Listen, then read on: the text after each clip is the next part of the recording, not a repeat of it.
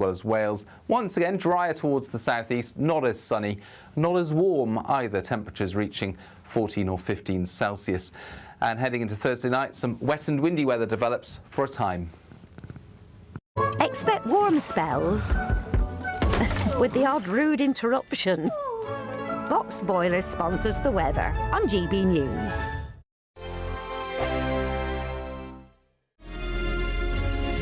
Thank you, Britain, for the thousands of you who are becoming friends of GB News each and every week.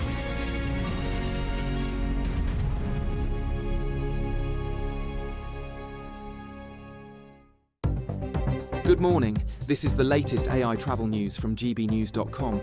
On the M80 southbound, there is a road traffic incident with the carriageway partly blocked between junction 6A and junction 6. In Warwickshire, the M40 southbound has a crash between junction 14 and junction 12, with one lane closed and delays of around 30 minutes. Normal conditions are expected after 9:34 this morning. In Northamptonshire, the A5 northbound is shut between the A43 and the A45 after a collision, clearing after 9:50 this morning. Also on the trains, Avanti West Coast and Cross Country report disruption between Wolverhampton and Stafford. For more travel news, go to gbnews.com. This is GB News, Britain's news channel. Well, I'd never heard of the guy until about 4 hours ago, but then I'd never heard of Sam Ryder. I'd never heard of Bucks Fizz before either. So who knows? I'm a bit disappointed because I thought this is the 70th Eurovision Song Contest. Why don't they send a big name, make it great glory? But they're taking a little bit of a gamble here. By all accounts, apparently the song, Scott Mills, the semi-final commentator, has said that it sounds a bit like sort of Human League meets the Pet Shop Boys. And there's been some reporting that an unnamed act was axed from possibly representing Britain after some of the bosses involved found some unacceptable online comments. It does all point to the fact that this is going to be quite an incendiary, perhaps, edition of Eurovision in its 70th year. Plenty of countries are boycotting the event because, despite being called Eurovision, we do get inputs from countries all over the world, including from Israel, which has caused a bit of a fracas in some corners, hasn't it, Kevin? Yeah, I've always said from day one, this would be my 27th Eurovision Song Contest, so I've been all over the globe following this show. They should never bring politics into the Eurovision Song Contest. Greece have picked their song, and I'm very sorry for anybody from Greece who's listening, but it is absolutely terrible. Estonia have picked their song, and it is absolutely amazing. It's a four-piece girl band, a bit rocky, a bit like sort of Heart would be. And I love that song. It's going to go down well in the hall, but I don't think it's going to win. We've got Albania, who tends to churn out the same sort of Balkan-sounding music every year. That'll probably finish in the top 5. GB News, the People's Channel. All too often, people will be sitting at home watching a press conference live, and they'll hear loads of questions being asked, and they'll be thinking, that's not my question. That's not my concern. We don't care whose feathers we ruffle. We ask the questions that you want answering. You're all standing on the street protesting and want to have an open discussion? My name is Patrick Christie's. I do a show for GB News in the UK. Is it possible to talk to you quickly? Journalism in this country has been a cosy world full of groupthink until now. Well, this is the best view ever of Whitehall, looking out across all the tractor drivers of England who've come together to make their point. Hello, so as you can see, I'm here in Westminster as the protest begins. Yes, I'm very much in the thick of it. Look, we're challenging narratives here at GB News, and that's what sets us apart.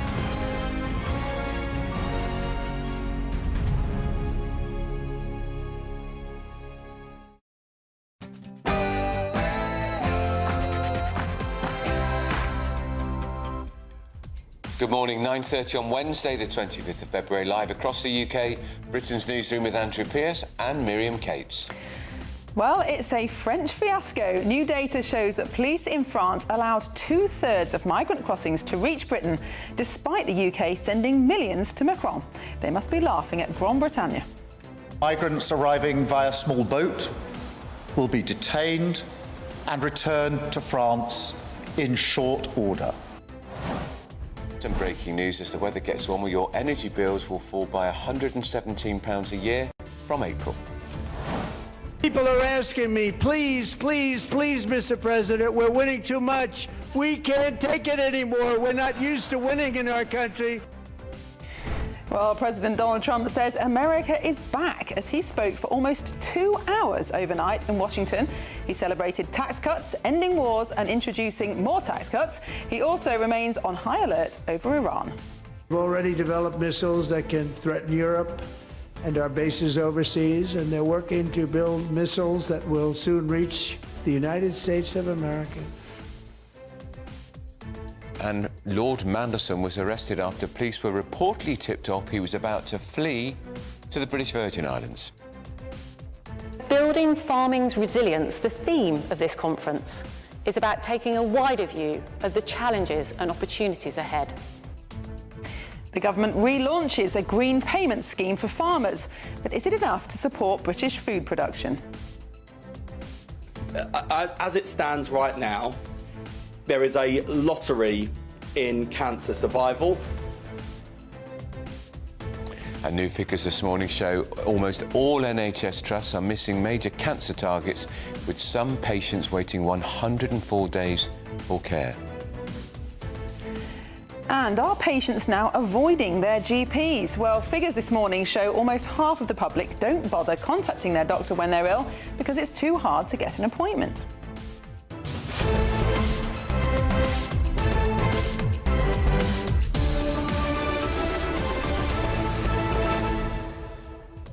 Did you sit through Trump? No, I absolutely did not. 2 hours? I was probably asleep. Hey, saying that's the longest ever. I know, and sometimes he comes out with something entertaining or new, but it was just a rerun of his greatest hits, I think. Yeah. Nothing particularly new in that long speech. It was a bit of an incoherent meander. It's also quite a pantomime, really, wasn't it? Kind of shouting at the Democrats. Yeah. They were shouting back. A few of them were forced to leave because they were holding placards. I mean, it was a bit of theatre, wasn't it? Yeah, it was. It certainly was. Well, as ever, we want to know what you think. Send your views, post your comments by visiting gbnews.com/your say. But first, here's your 60-second news update with Tatiana Sanchez.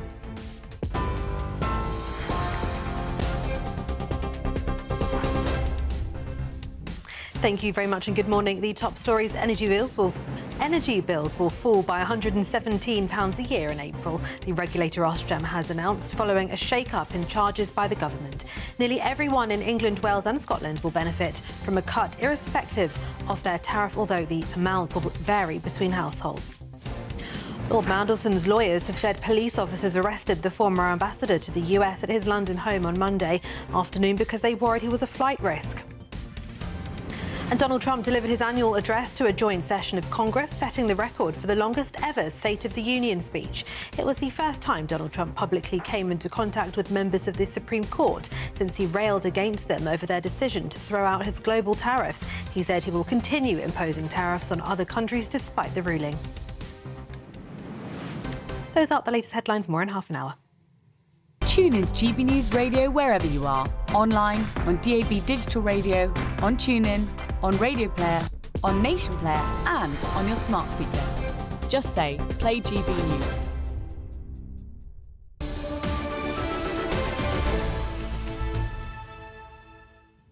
Hello, good morning and welcome. You're watching and listening to Britain's Newsroom. We're live across the United Kingdom on GB News with Andrew Pearce and Miriam Cates. Well, these figures are pretty much going to make you mad, I'm afraid. New figures show that French police allowed 2/3 of migrants to cross the Channel illegally, despite the fact we've given them £700 million to stop the illegal trade. Well, the UK is currently negotiating with the French authorities to renew a deal, but it doesn't sound like the last deal was any good. And also, Andrew, apparently the French stopped 22,000 migrants from crossing, a third of the total number of reported. But who's to say those same migrants didn't go on across on another day? So did they actually stop anybody? I know. And if you think since we started paying the French, that's in 2018, 160,000 migrants have illegally crossed the Channel. How many have gone back? Not enough, that's for sure. Where are they now? Probably a lot of them have gone missing.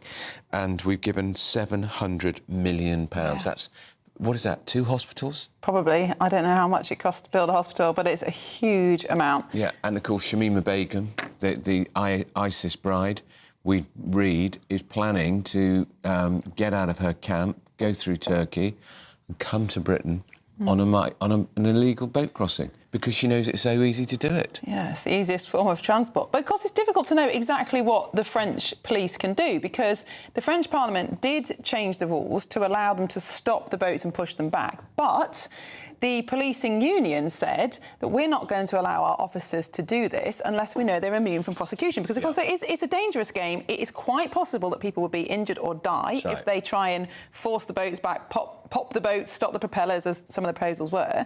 But the French judicial system said, no, you won't be immune from prosecution. So what police officer in their right mind is going to risk that, knowing they could end up in prison? So I can see it from their point of view. And they could also be attacked by the migrants as well. Exactly. So it's a double whammy. I think under Macron, nothing's going to change. If Jordan Bardella, the national, what they call Rassemblement National now, the leader or the deputy leader wins the presidency next year, he has said that he will allow the return of migrants to French waters. But if he doesn't win, I don't think it's going to change. And it's in his interest to do that because Calais has just become a no-go area for a lot of French people. Exactly. I'm surprised that the French domestically aren't interested in solving this. Well, let's speak to Kevin Foster, who is a former immigration minister, was immigration minister under the last Tory government. Mr. Foster, good morning to you. The Prime Minister, as we understand, is renegotiating this deal, which is due to expire in the next couple of weeks. But shouldn't, in my view, should we pay another penny to France if they're not doing the job that we've paid them to do already?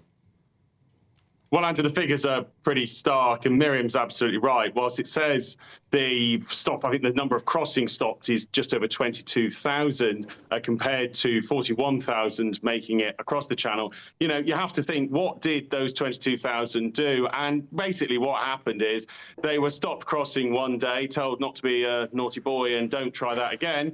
And then almost certainly probably tried the next day. And once they got across there, so a lot of that 22,000 will be in the 41,000 because there isn't an agreement to then move people on. And I think in terms of looking at what further we should do with France, you know, we shouldn't be paying more unless there's a clear plan for a couple of things. The first is a genuine deterrent to setting off from the beaches, and that means doing what I think Belgium does, which is they will be intercepted in shallow waters. You know, we're sometimes talking quite, you know, up to waist level waters here. We're not talking of deep water where someone would genuinely be at risk of drowning. And then when people go back to the part of Calais, and this was actually something we could genuinely work together on, looking to remove people who are either had tried to cross or are waiting to cross from the part of Calais. Because as you touch on, Andrew, the only population group that's more fed up with this crisis than the people of Dover is the people of Calais. Kevin, it's difficult to see what has been achieved for that £700 million, but I assume it's being spent on something. If we ended that transfer of funds today, what noticeable difference would there be? Well, from what we've known in the past, the sort of things that are being funded are extra police patrols on the beach. You know, we are talking about areas under French, not British jurisdiction, so we're not able to deploy our own law enforcement or military to those locations. So effectively, we pay the French to have more police officers to patrol them. Some of it's been around funding for things like surveillance operations and work on intelligence work, potential detention as well. But a lot of this, yes, it will make it harder to cross. It doesn't remove the core incentive to cross. And of course, the biggest question of all of this is exactly the same one that we face, is what do you do with people whose home country is going to be very difficult to take them back to? The country they've arrived from, i.e. the Schengen country they literally walked from or were driven through on their way to France, won't take them back. You know, what do you do? And that's where schemes like Rwanda come in. And of course, it's no surprise that many countries in Europe are now looking at going down that type of path. Well, should we pay any money at all? Shouldn't it be the French police's job to try to prevent these people crossing the channel, not least because of the inherent danger they face every time they go in a dinghy?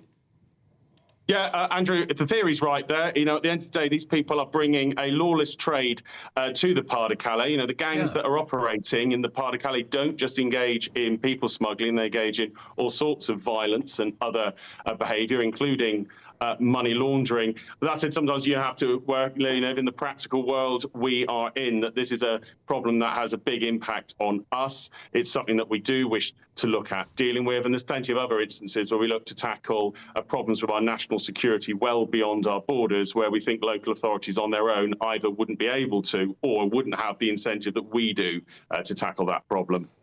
Kevin, we're obviously rightly focused on the impact to Britain of small boat migrants and what's happening in Calais. But the EU, of course, has a much wider problem. This is being repeated across Europe. And the problem seems to be twofold. Firstly, that the EU has failed to secure its external borders, apart from isolated cases like parts of Hungary and Poland where fences have been built. But also that the Schengen Agreement itself is an invitation to people to try to cross into Europe, because once they're in, they can move freely. Do you think the EU is serious about tackling this problem? Well, I think you should also add to your list Greece, which have done quite a lot of work on securing the Greek border, particularly the maritime border with Turkey, and we've seen significant falls in arrivals. The EU is actually starting to get serious. It's worth noting, I think last year arrivals, irregular arrivals as they call them, into the Schengen zone actually dropped, whilst to Britain they went up. So it's a sign that some of what Europe's doing is working. And we've seen countries like Germany begin removals back to Afghanistan. In Germany's case so far, I understand convicted criminals rather than just those who've broken migration rules. But certainly across the EU, we're starting to see discussion about things like a returns hub in Kabul to start returning people. So there is a real change going on across Europe as well. And yes, the Schengen zone makes it easy that once you're in the Schengen zone, you can sort of walk from the border you've just crossed to the French coast in theory, or travel across it in a vehicle without a further passport check or border check. But even if there were border checks between countries like Austria and Germany, the borders are very porous. There's plenty of routes across them. So just checking passports on a motorway wouldn't stop the problem.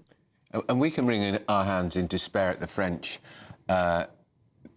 Mr. Foster, but the fact is they're going to carry on coming here while we are seen as a soft touch, while we continue to put them in warm hotels and give them benefits and feed them. Yeah, the core of all this, Andrew, is the fact that actually, even if you took away the hotels and some of what they get on initial arrival, it's the link between paying a people smuggler and ending up in the UK, and there's nowhere you can be sent. That is the core thing that drives this. When there was a deal done with Albania to remove people, and people started going back to Albania in decent numbers, then guess what? Arrivals via small boats of Albanians went through the floor. That's what things like Rwanda and other returns agreements do. And it's also where, and I think, we've got things happening over the next couple of months politically that will put pressure on the government to do so. That's where they have to start making decisions about, for example, restarting returns to Syria. Now Assad's gone, and just restarting returns to Afghanistan. If you start doing that, that's where you could see big impacts on this. But yeah, if people can still pay a smuggler and end up in the UK, even if they're turned down because we haven't got anywhere to send them, then that's what will carry on driving this trade. Well, Kevin Foster, thank you so much for your thoughts this morning. That's the former Immigration Minister, Kevin Foster. Has any problem, Andrew, ever been so simple and yet so impossible to solve? You just despair. We are one of the great maritime powers of all time, and we cannot stop these small boats crossing the channel. It is absurd. Well, once upon a time, a water border, a moat, was definitely an advantage. I'm not sure it is now. I think land borders are easier to police. Of course they are. Of course they are. However, they've just got to get tough, haven't they? Yeah, absolutely. Now, still ahead, half of patients can't be bothered to go and see their GP when they're ill. Are you one of those? And if so, why? Well, up next, overnight, Donald Trump spoke for almost 2 hours in the US. America is back, and we are just getting started.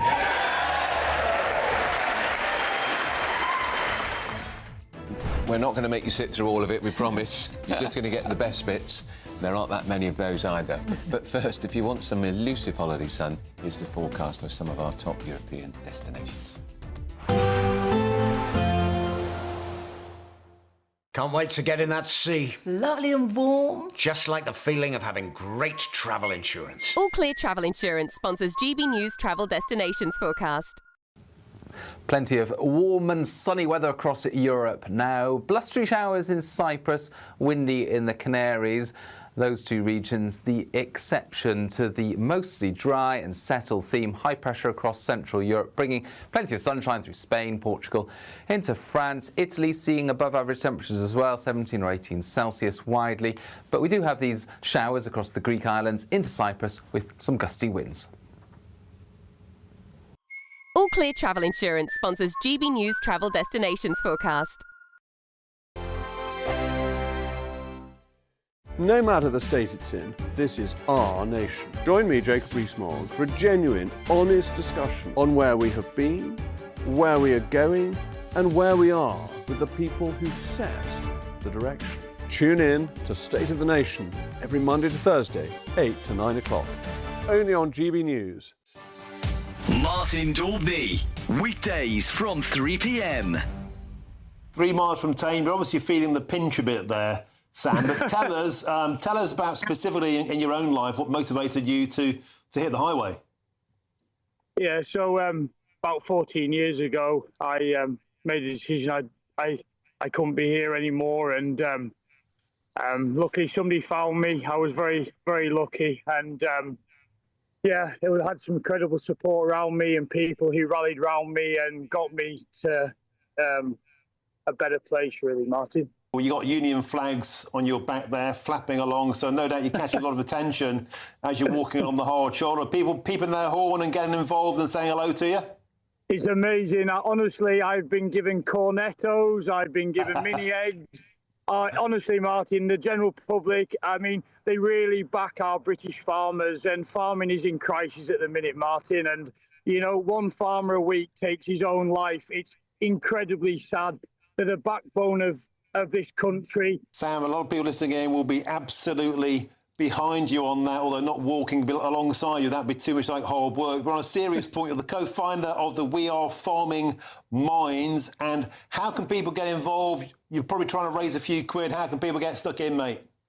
So we're raising money for the National Federation of Young Farmers, our next generation of farmers, and letting our youngsters of our farming community to know that we're right behind them. Mental health, we need to break down that stigma, we need to normalise it, we need to talk about it and know that there's some incredible support. There's some organisations, fantastic organisations that are there. So I'm raising money for our next generation of young farmers, and we need to look after them because we need to keep the food on our table to support our nation. GB News, the People's Channel. At GB News, we love to hear from you, our loyal community. So drop us a line at gbnews.com/yoursay. There you can talk to each other and also to the presenters live on air.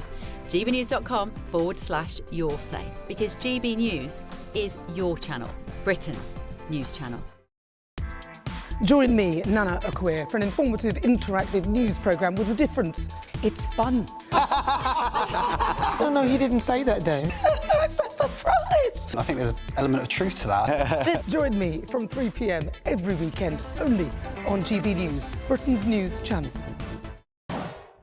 People are asking me, please, please, please, Mr. President, we're winning too much. We can't take it anymore. We're not used to winning in our country. Until you came along, we're just always losing, but now we're winning too much. Well, of course, that was President Trump. He's delivered his State of the Union address to a joint session of Congress in Washington, D.C., and it went on for almost 2 hours, which is a amazing record, of course. We're going to talk to the US commentator Nora Lee Notson. Nora Lee, good morning to you. Did we really need such a lengthy speech by the president? We know Trump, he likes to outdo himself, so he wanted to outdo his previous State of the Union, so it was 1 hour and 48 minutes. That's extraordinary. Is it an endurance test, do you think, for his opponents? He's trying to see how long they can last, how long they can stay awake, how long they can resist the temptation to heckle him. I think it was really a time for him to be galvanizing with the Republican Party, with his base. If you look at everything he talked about, it was everything he talked about on the campaign trail. So he was highlighting all of his wins that we have and highlighting the 250th anniversary of the founding of our great nation. It was a very patriotic State of the Union address. And I must say, he walked into a standing ovation. And we know there's been a lot of controversy with how he's executed some of his policies, but he got people to unite around USA with the Olympics gold that the American team got. In hockey, everybody was chanting USA. They kept on chanting longer. People were applauding, standing up. So there was a very patriotic tone to the State of the Union. There were a bit of issues with some of the Democrats we know on the immigration side when he made the point that the duty of the president is to protect Americans first, please stand up, or is it to protect illegal aliens? That caused some division. But overall, I think it was a very patriotic speech. It spoke to his base. It spoke to the economy, the wins he's had on the economy, the wins he's had on immigration, the wins he's had on peace through strength and being recognized as strong, and obviously bringing down drug prices, bringing down home prices, cheaper at the gas, at the pump for gas, cheaper eggs, cheaper groceries, things that people care about. But yes, depending whether you're a Democrat or you're a Republican, you would have received it differently. He's almost shameless in the way he goes after the Democrats, Nora Lee, isn't he? He absolutely mocked them and taunted them over their failure to support his tax cuts and his successes on curbing illegal migration, particularly on the Mexican border. Yes, you're absolutely right about that. And that's, I think, part of Trump's appeal is that he's not a statesman. He's not diplomatic. He goes in for the punches. He stated again that we wouldn't be at war between Ukraine and Russia had he been the president instead of Biden. One of the big things he talked about in the State of the Union address was voter IDs, having to show that you are a citizen in order to vote. I think that's a very important point that he brought up. And immigration, look, that was one of his key policies. He claims we are safer. We have immigration almost close to zero now. And it's an important point that he ran on. It's an important point for Americans that voted for him, that they feel that the illegal criminals that were there, that he's addressing that issue. Nora Lee, one of the topics that he didn't really cover was foreign affairs. Some commentators in advance expected him to make a declaration about his intentions towards Iran. He did mention it briefly, but most of his speech was domestic policy. Do you think that was deliberate to keep people guessing? He did mention that he wants a deal through diplomacy with Iran and that we can't let Iran have a nuclear weapon. But I think the focus was really about things that the Americans care about, which is affordability. Are we safe? Are you protecting our borders? And are you going to continue to fulfill the promises that you made, that you ran upon? So I think he delivered on that. And I think overall it was a very galvanizing State of the Union with, a few issues with the Democrats, some who boycotted, some who had separate events going on, the shouting match with a representative from Minnesota calling him a liar. But that's to be expected with Donald Trump because that's the sort of reaction he gets from the Democrats. Well, Nora Lee, thank you so much for your time this morning. As always, fantastic to see and hear from you. That's Nora Lee Nottingham, US commentator. He's thinking about the midterm elections too, isn't he, clearly? And his poll ratings are not good. No. But it's really interesting to look at what's happened with the tariffs, because obviously this was a big part of his campaign to introduce tariffs to revive American industry. He has had some success, undoubtedly, but now the Supreme Court has slapped him down. Is he going to manage to revive the scheme in time for the midterms? We shall see. I think he's just going to defy the court, isn't he? I think he's found another way around it, and he's saying that other countries are happy with the deal. But it's one of the promises he made, so he should be able to do it democratically, but we'll see. But certainly the Democrats will try and stop him. Now, still ahead, breaking this morning, your energy bill will fall by £117 in April. Wouldn't that have been nicer in the winter when you got the heating? It may be. It's quite mild now. Exactly. Britain's Newsroom, Britain's favourite morning show on GB News.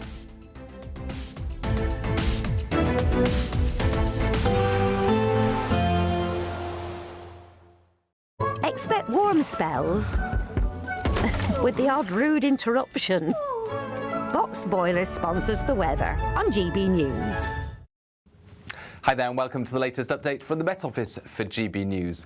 Bright in the south and east today with well above average temperatures. It's going to feel spring-like. Meanwhile, cloudier with rain elsewhere. We've certainly got a lot of damp weather for Scotland, for Northern Ireland and increasingly parts of Western England as well as Wales.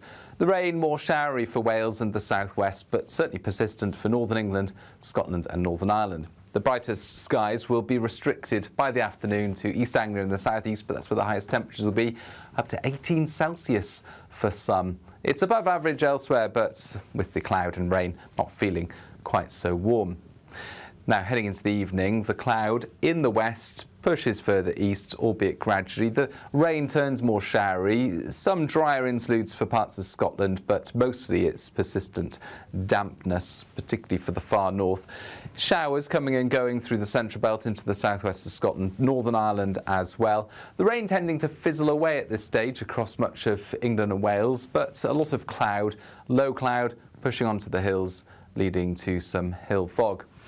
Now this weather system moves through and it's eventually going to bring cloud and showery bits of rain across many parts of the UK overnight.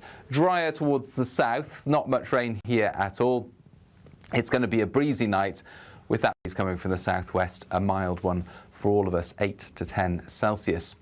But we start Thursday with a lot of gloominess, certainly widespread cloud and some hill fog in the west.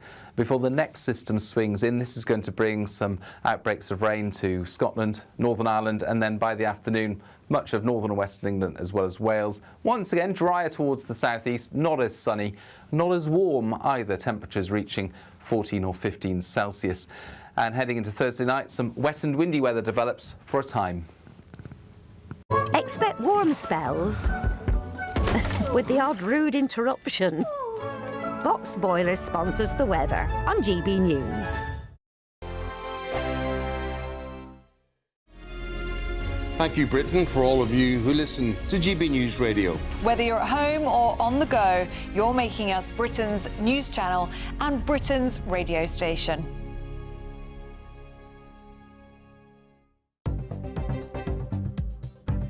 Good morning, this is the latest AI travel news from gbnews.com. Traffic on the M8 westbound at junction 19 is partially blocked due to a breakdown on the Kingston Bridge. On the A470 northbound at Nantgarv, expect delays on the off-slip due to congestion. In Norfolk, the A47 westbound is closed following a serious collision, with normal conditions expected by 12:45. The A303 eastbound in Wiltshire is closed after a vehicle crossed the central reservation. And on the trains, Avanti West Coast and cross-country services face disruptions between Wolverhampton and Stafford. For more travel news, go to gbnews.com. It's the final week to see how you could win £30,000 in tax-free cash. You wouldn't need to treat yourself to a holiday. There's also a terrific £10,000 to spend on a Riviera travel holiday of a lifetime for two. So whether you fancy a cruise or an escorted tour, you'll have over 30 worldwide destinations to choose from. But you have to hurry because time is ticking. For another chance to win, text WIN to 63225. One entry costs £2.50 plus one standard network rate message. Or text BONUS to 63225. 5 entries cost £5 plus one standard network rate message. Go to gbnews.com/win. Entries start at £2.50. Call 0903 686 3232. Calls cost £2.50 plus your network access charge. Or post your name and number to GB19 PO Box 8690 Derby DE1 9TT. UK only. Entrance must be 18 or over. Lines close at 4 p.m. on the 27th of February. Please check the closing time if listening or watching on demand. Good luck. Do you trust what you're being told? Good, because neither do I. Those are just facts. I'm Alex Armstrong, and on my show, we'll expose the spin. Well, I want to answer that, because you didn't let me last time, because you always speak over me. The broken promises. To deny that is denying the truth. And the hypocrisy. We can allow. Stop. You think we can allow. Politics, policy, parliament. Nothing is off limits. No sugarcoating, no fear of offence, just the truth laid bare. Tune in every Saturday and Sunday at 9 p.m. for Alex Armstrong Tonight, only on GB News, Britain's news channel. In the GB Newsroom, we bring you the news as it happens. With our team of dedicated journalists across the UK. We're ready to keep you up to date with what's happening every half an hour, every single day. Bulletins here on GB News. The People's Channel. Britain's news channel.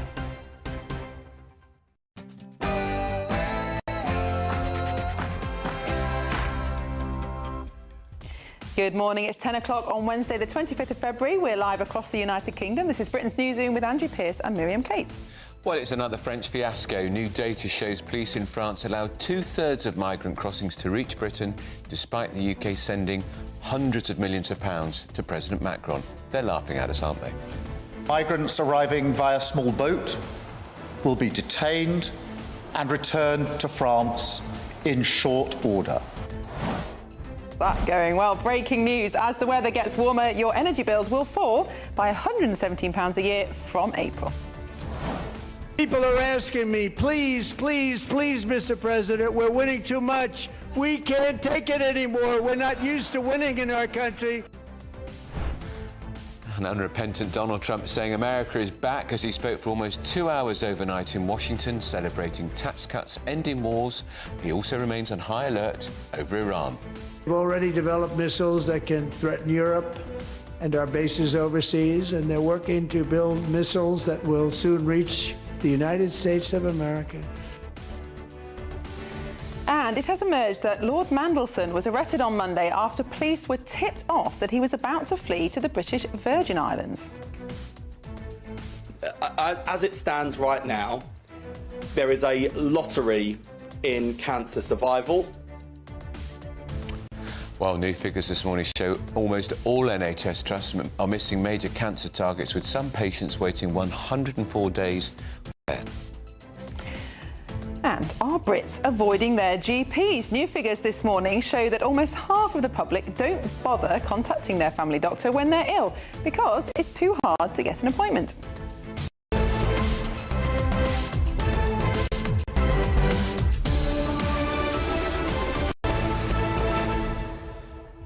Andrew, isn't it a good thing that people don't contact the doctor immediately when they're ill? The vast majority of illnesses get better on their own. You shouldn't be calling your doctor if you've got a sore throat, if you've got flu, if you've got something that might just go away on its own. And if you're stuck and you think you may need some medication, you can go to your pharmacy. Exactly.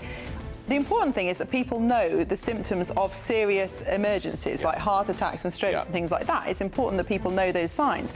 But I think actually online forms and things like that can make doctors too contactable. People are just tempted to put in every symptom. I've woken up with a sore finger. Yeah, I know for a fact if you try and ring my GP, local GP surgery at 8 o'clock, you'd be lucky if you're number 50 in the queue. Exactly. Our GP's got a fantastic system of instant messaging. You can only do it during office hours, though, which stops people waking up in the middle of the night and trying to do it. And it seems to be a very effective triage service, but it does seem to vary from place to place, I think. I think it does. As ever, what do you think? Send your views, post your comments by visiting gbnews.com/your say. But first, here's the news with Tatiana Sanchez.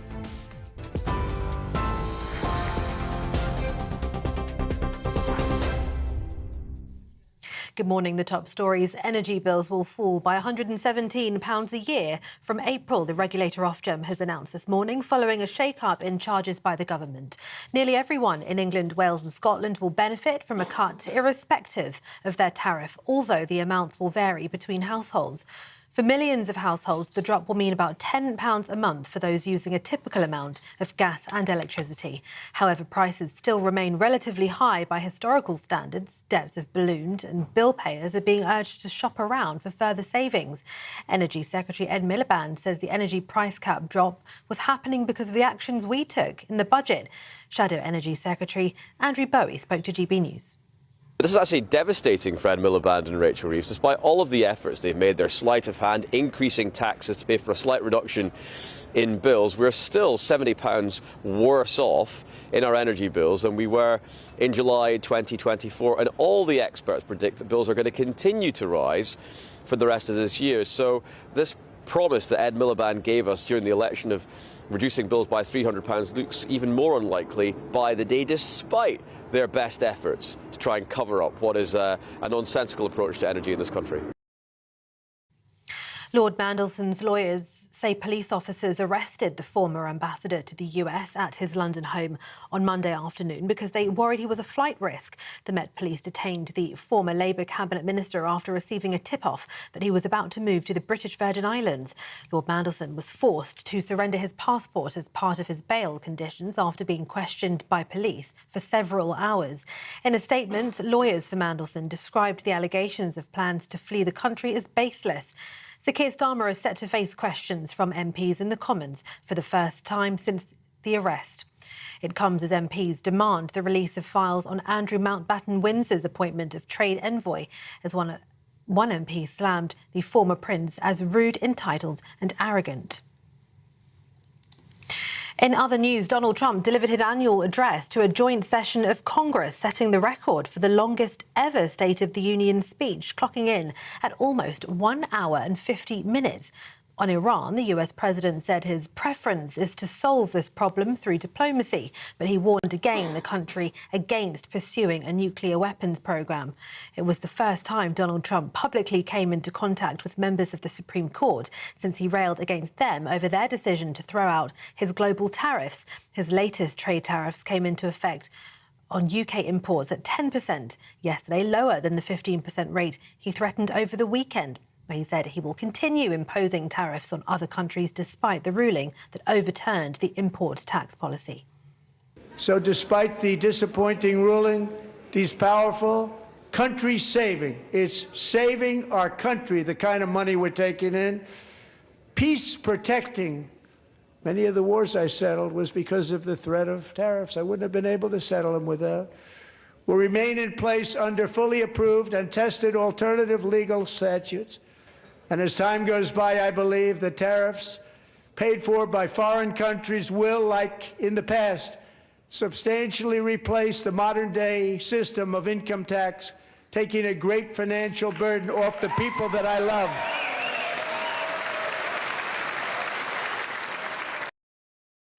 Elsewhere, witnesses from Nottingham University are to give evidence in the Nottingham attacks inquiry today.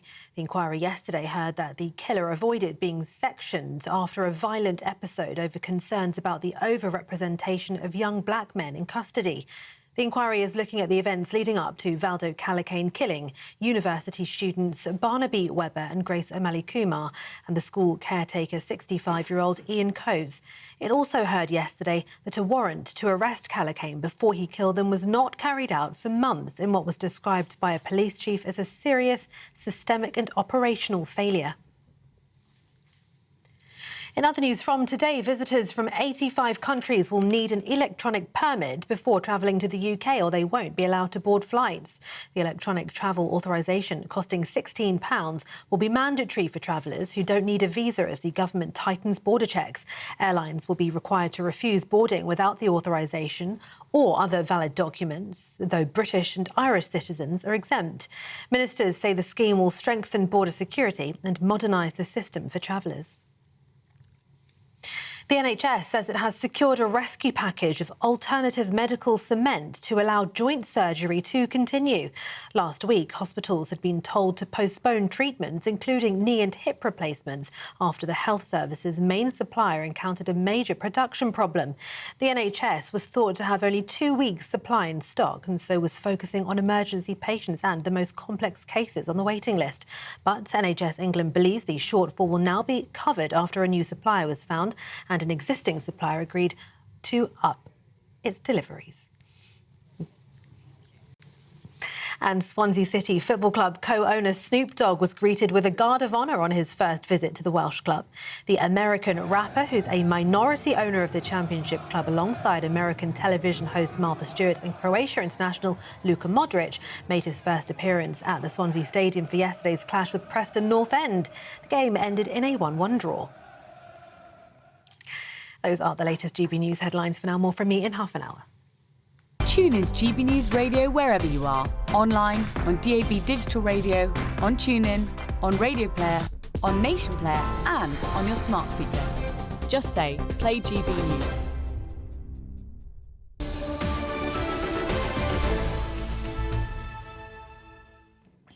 Hello, good morning and welcome. This is Britain's Newsroom, live across the United Kingdom on GB News with Andrew Pearce and Miriam Cates. Lots of texts and emails, I think. That's right, especially about the story that people are not contacting their GPs when they're ill. Jocelyn says, I prefer to have a phone appointment with the doctor. I don't want to catch unnecessary germs in the waiting room. That's a really good point, actually. If it's something where you don't need examining, that's a good low-risk idea.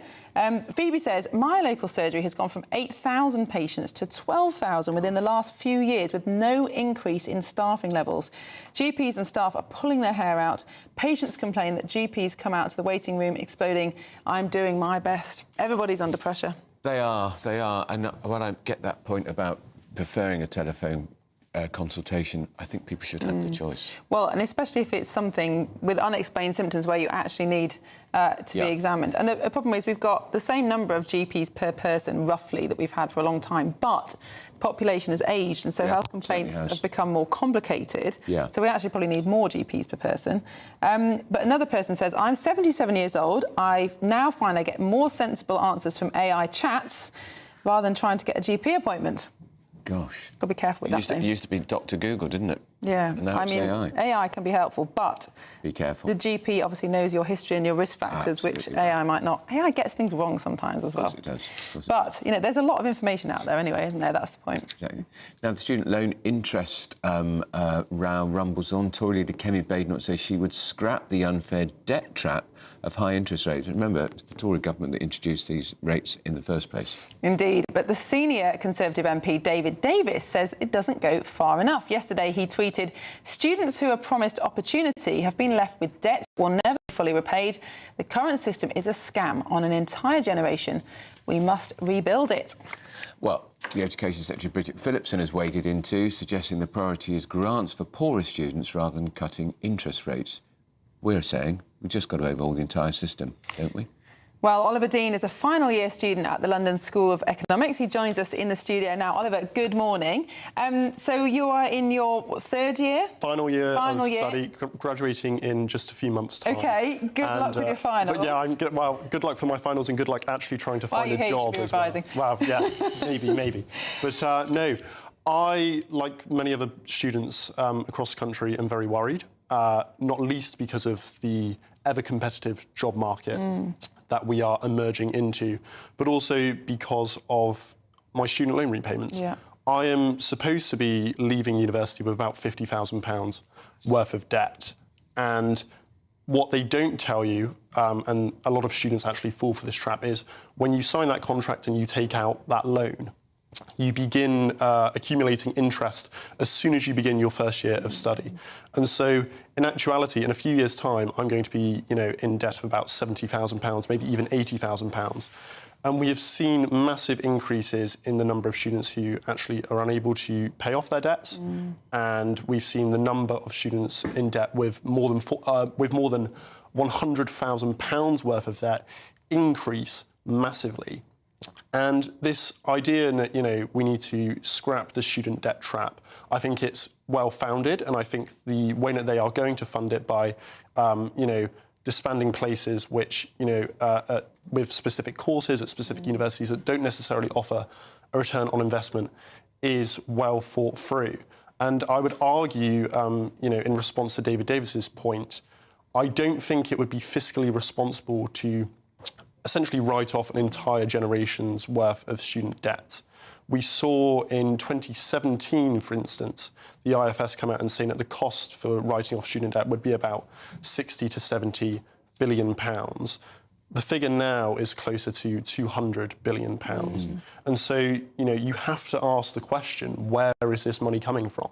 And I don't think David Davis has the answer to that. I think the government has behaved like a loan shark. I mean, to think that you thought you'd be paying maybe 52,000 at your debt at the end, but to be 70,000, maybe up to 80, it's nearly 50% interest you've Absolutely, yeah. It's shocking. It's ridiculous. And there was actually a chap on radio the other day, and he said he left university with £45,000 worth of debt on a Plan 2 student loan graduating in 2018, and he now owes £69,000. And that is after years, 8 years worth of paying off and contributing to reducing that debt. And in fact, it's gone up because of the absurd interest rates. And it raises a very important and pertinent question, I think, about the nature of university. We're sending so many students off to university, and admittedly this was because of, you know, Tony Blair's insistence that 50% of school leavers should aim to be in university. And a lot of students aren't necessarily well suited for university. They don't necessarily have the grades that you would normally associate going to university with. And a lot of students are better off going into apprenticeships, going into degree apprenticeships, or going into full-time work after school. And forcing people, bottlenecking people into university and higher education, I don't think is the right solution. Do you think employers should also have a responsibility to fund some of these degrees? Because I completely take your point about degrees that aren't particularly useful for any particular kind of employment. But let's say something like engineering, for example. At the moment, a big firm can take on a graduate who has been trained for them, either at the student's cost or the taxpayer's cost if the student hasn't paid off the debt. They get that person for free. They are not investing in that training at all. Whereas, let's say, a construction firm, if they take someone up, they will have to pay the full cost of that training themselves. Shouldn't we put some of the burden of this onto the employers themselves? Yes, and it's actually quite interesting because my brother did a degree apprenticeship in pharmaceutical sciences, and his degree was 5 years long. And it was part-time, and 4 days a week he was working on-site in a lab, and the other day he was off at university. He's graduated with no debt, he's got a full-time job, he's on the housing ladder. He's basically living life. And meanwhile, you know, the rest of us are sat here kind of stewing in our debt. So we need lots more of those where the employer is in a partnership with the university. I think we need to be championing, I think we need to be championing that, and I think there is kind of a reluctance almost from at least this government in, you know, championing that idea. And I think that comes in part because of the anti-business mindset that we've seen in this government. We've seen them repeatedly, you know, for instance, with the national insurance contributions rises for employers. They don't seem to understand business. And if they're not willing to push the idea of business and push the idea of a partnership between universities and the private sector, then I think young people are going to be suffering. And you alluded at the beginning of the conversation, Oliver, about your job prospects. How bleak are they? So I was actually on Patrick Christie's show on Monday night discussing this as well, and I used the term hopeless. The number of job vacancies has reduced massively, I think, but like 99,000 according to ONS statistics. Meanwhile, the number of graduates has increased by, I think, 2020 by 70,000. And so there is simply not enough jobs for the graduates who are actually going out into the world of work. And it really is just bleak. And I think, excuse me, again, it raises this question of so many students, before they go to university, are promised this idea that once you go to university, you're going to have a degree, you're going to be able to go into the world of work, and you're going to have a relatively well-paid job. And that simply is not the reality for millions of young people across the country. Indeed, I think there was some data out a few weeks ago that people going to the, young men particularly, going to the bottom third of universities would be far better off going straight into the workplace at 18. By 30, they'd be earning a lot more money. Well, Oliver, thank you for coming on, and the best of luck. Yes. And you can always do a bit of broadcast on the side if you need some extra money. Absolutely right. That's Oliver Dean, final year student at London School of Economics. Well, moving on now, there are just 2 days left in our Great British Giveaway, which is your chance to win a luxury holiday for two worth £10,000 and £30,000 in tax-free cash. Here are all the details you need. There's just 2 days left to see how you could win, as there's cash and a holiday up for grabs in our two-part Great British Giveaway. First, you could bank a whopping £30,000 in tax-free cash to spend however you like. And thanks to Riviera Travel, you could be jetting off on a £10,000 dream holiday for two people. With flights, transfers and luxury accommodation included, you'll be able to find the perfect match from over 30 global destinations on offer. But don't miss out, as lines close this Friday. For another chance to win, text WIN to 63225. One entry costs £2.50 plus one standard network rate message. Or text BONUS to 63225. 5 entries cost £5 plus one standard network rate message. Go to gbnews.com/win. Entries start at £2.50. Call 0903 686 3232. Calls cost £2.50 plus your network access charge. Or post your name and number to GB19, PO Box 8690, Derby, DE1 9TT. UK only. Entrants must be 18 or over. Lines close at 4 p.m. on the 27th of February. The winner may be contacted live after all entry routes are closed. Please check the closing time if listening or watching on demand. Good luck.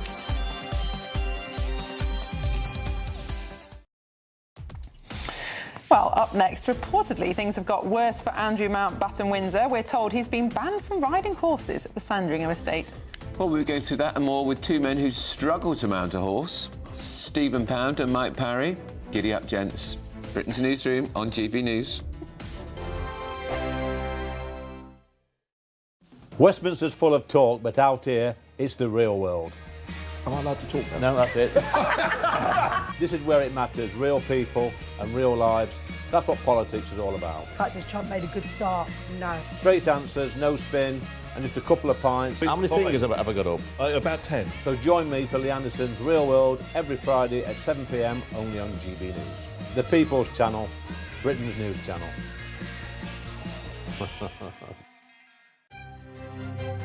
GB News Breakfast, every day from 6 a.m.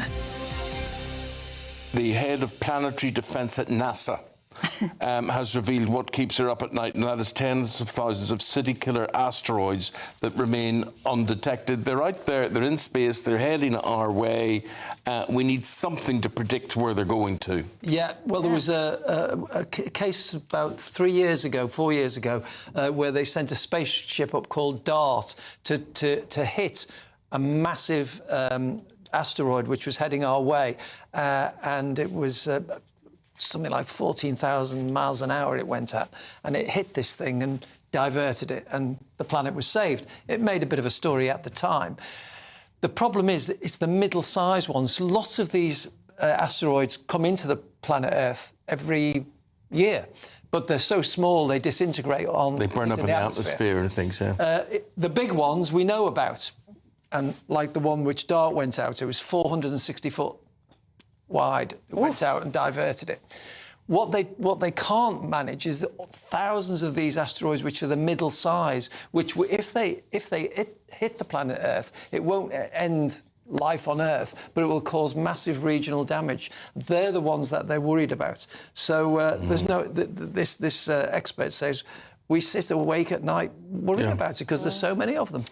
We're as well not knowing. Bring back Bruce Willis. Do you remember the film Armageddon? Yeah. Armageddon. Where he's a hero. What I would goes say and blows one up. What I would say to worried viewers and listeners is that, of course, we're still here and these things have been coming around for years and years and they haven't hit us. So let's just keep our fingers crossed. GB News, the People's Channel.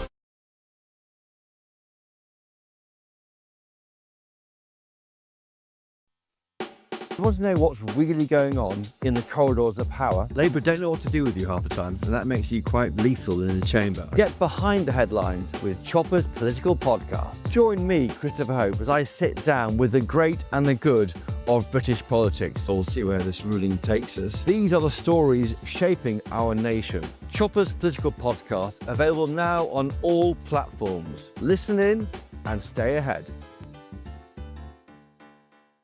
Tomorrow, the voters of Gorton and Denton go to the polls, and GB News will be there every step of the way. Is this a local contest or a national warning shot?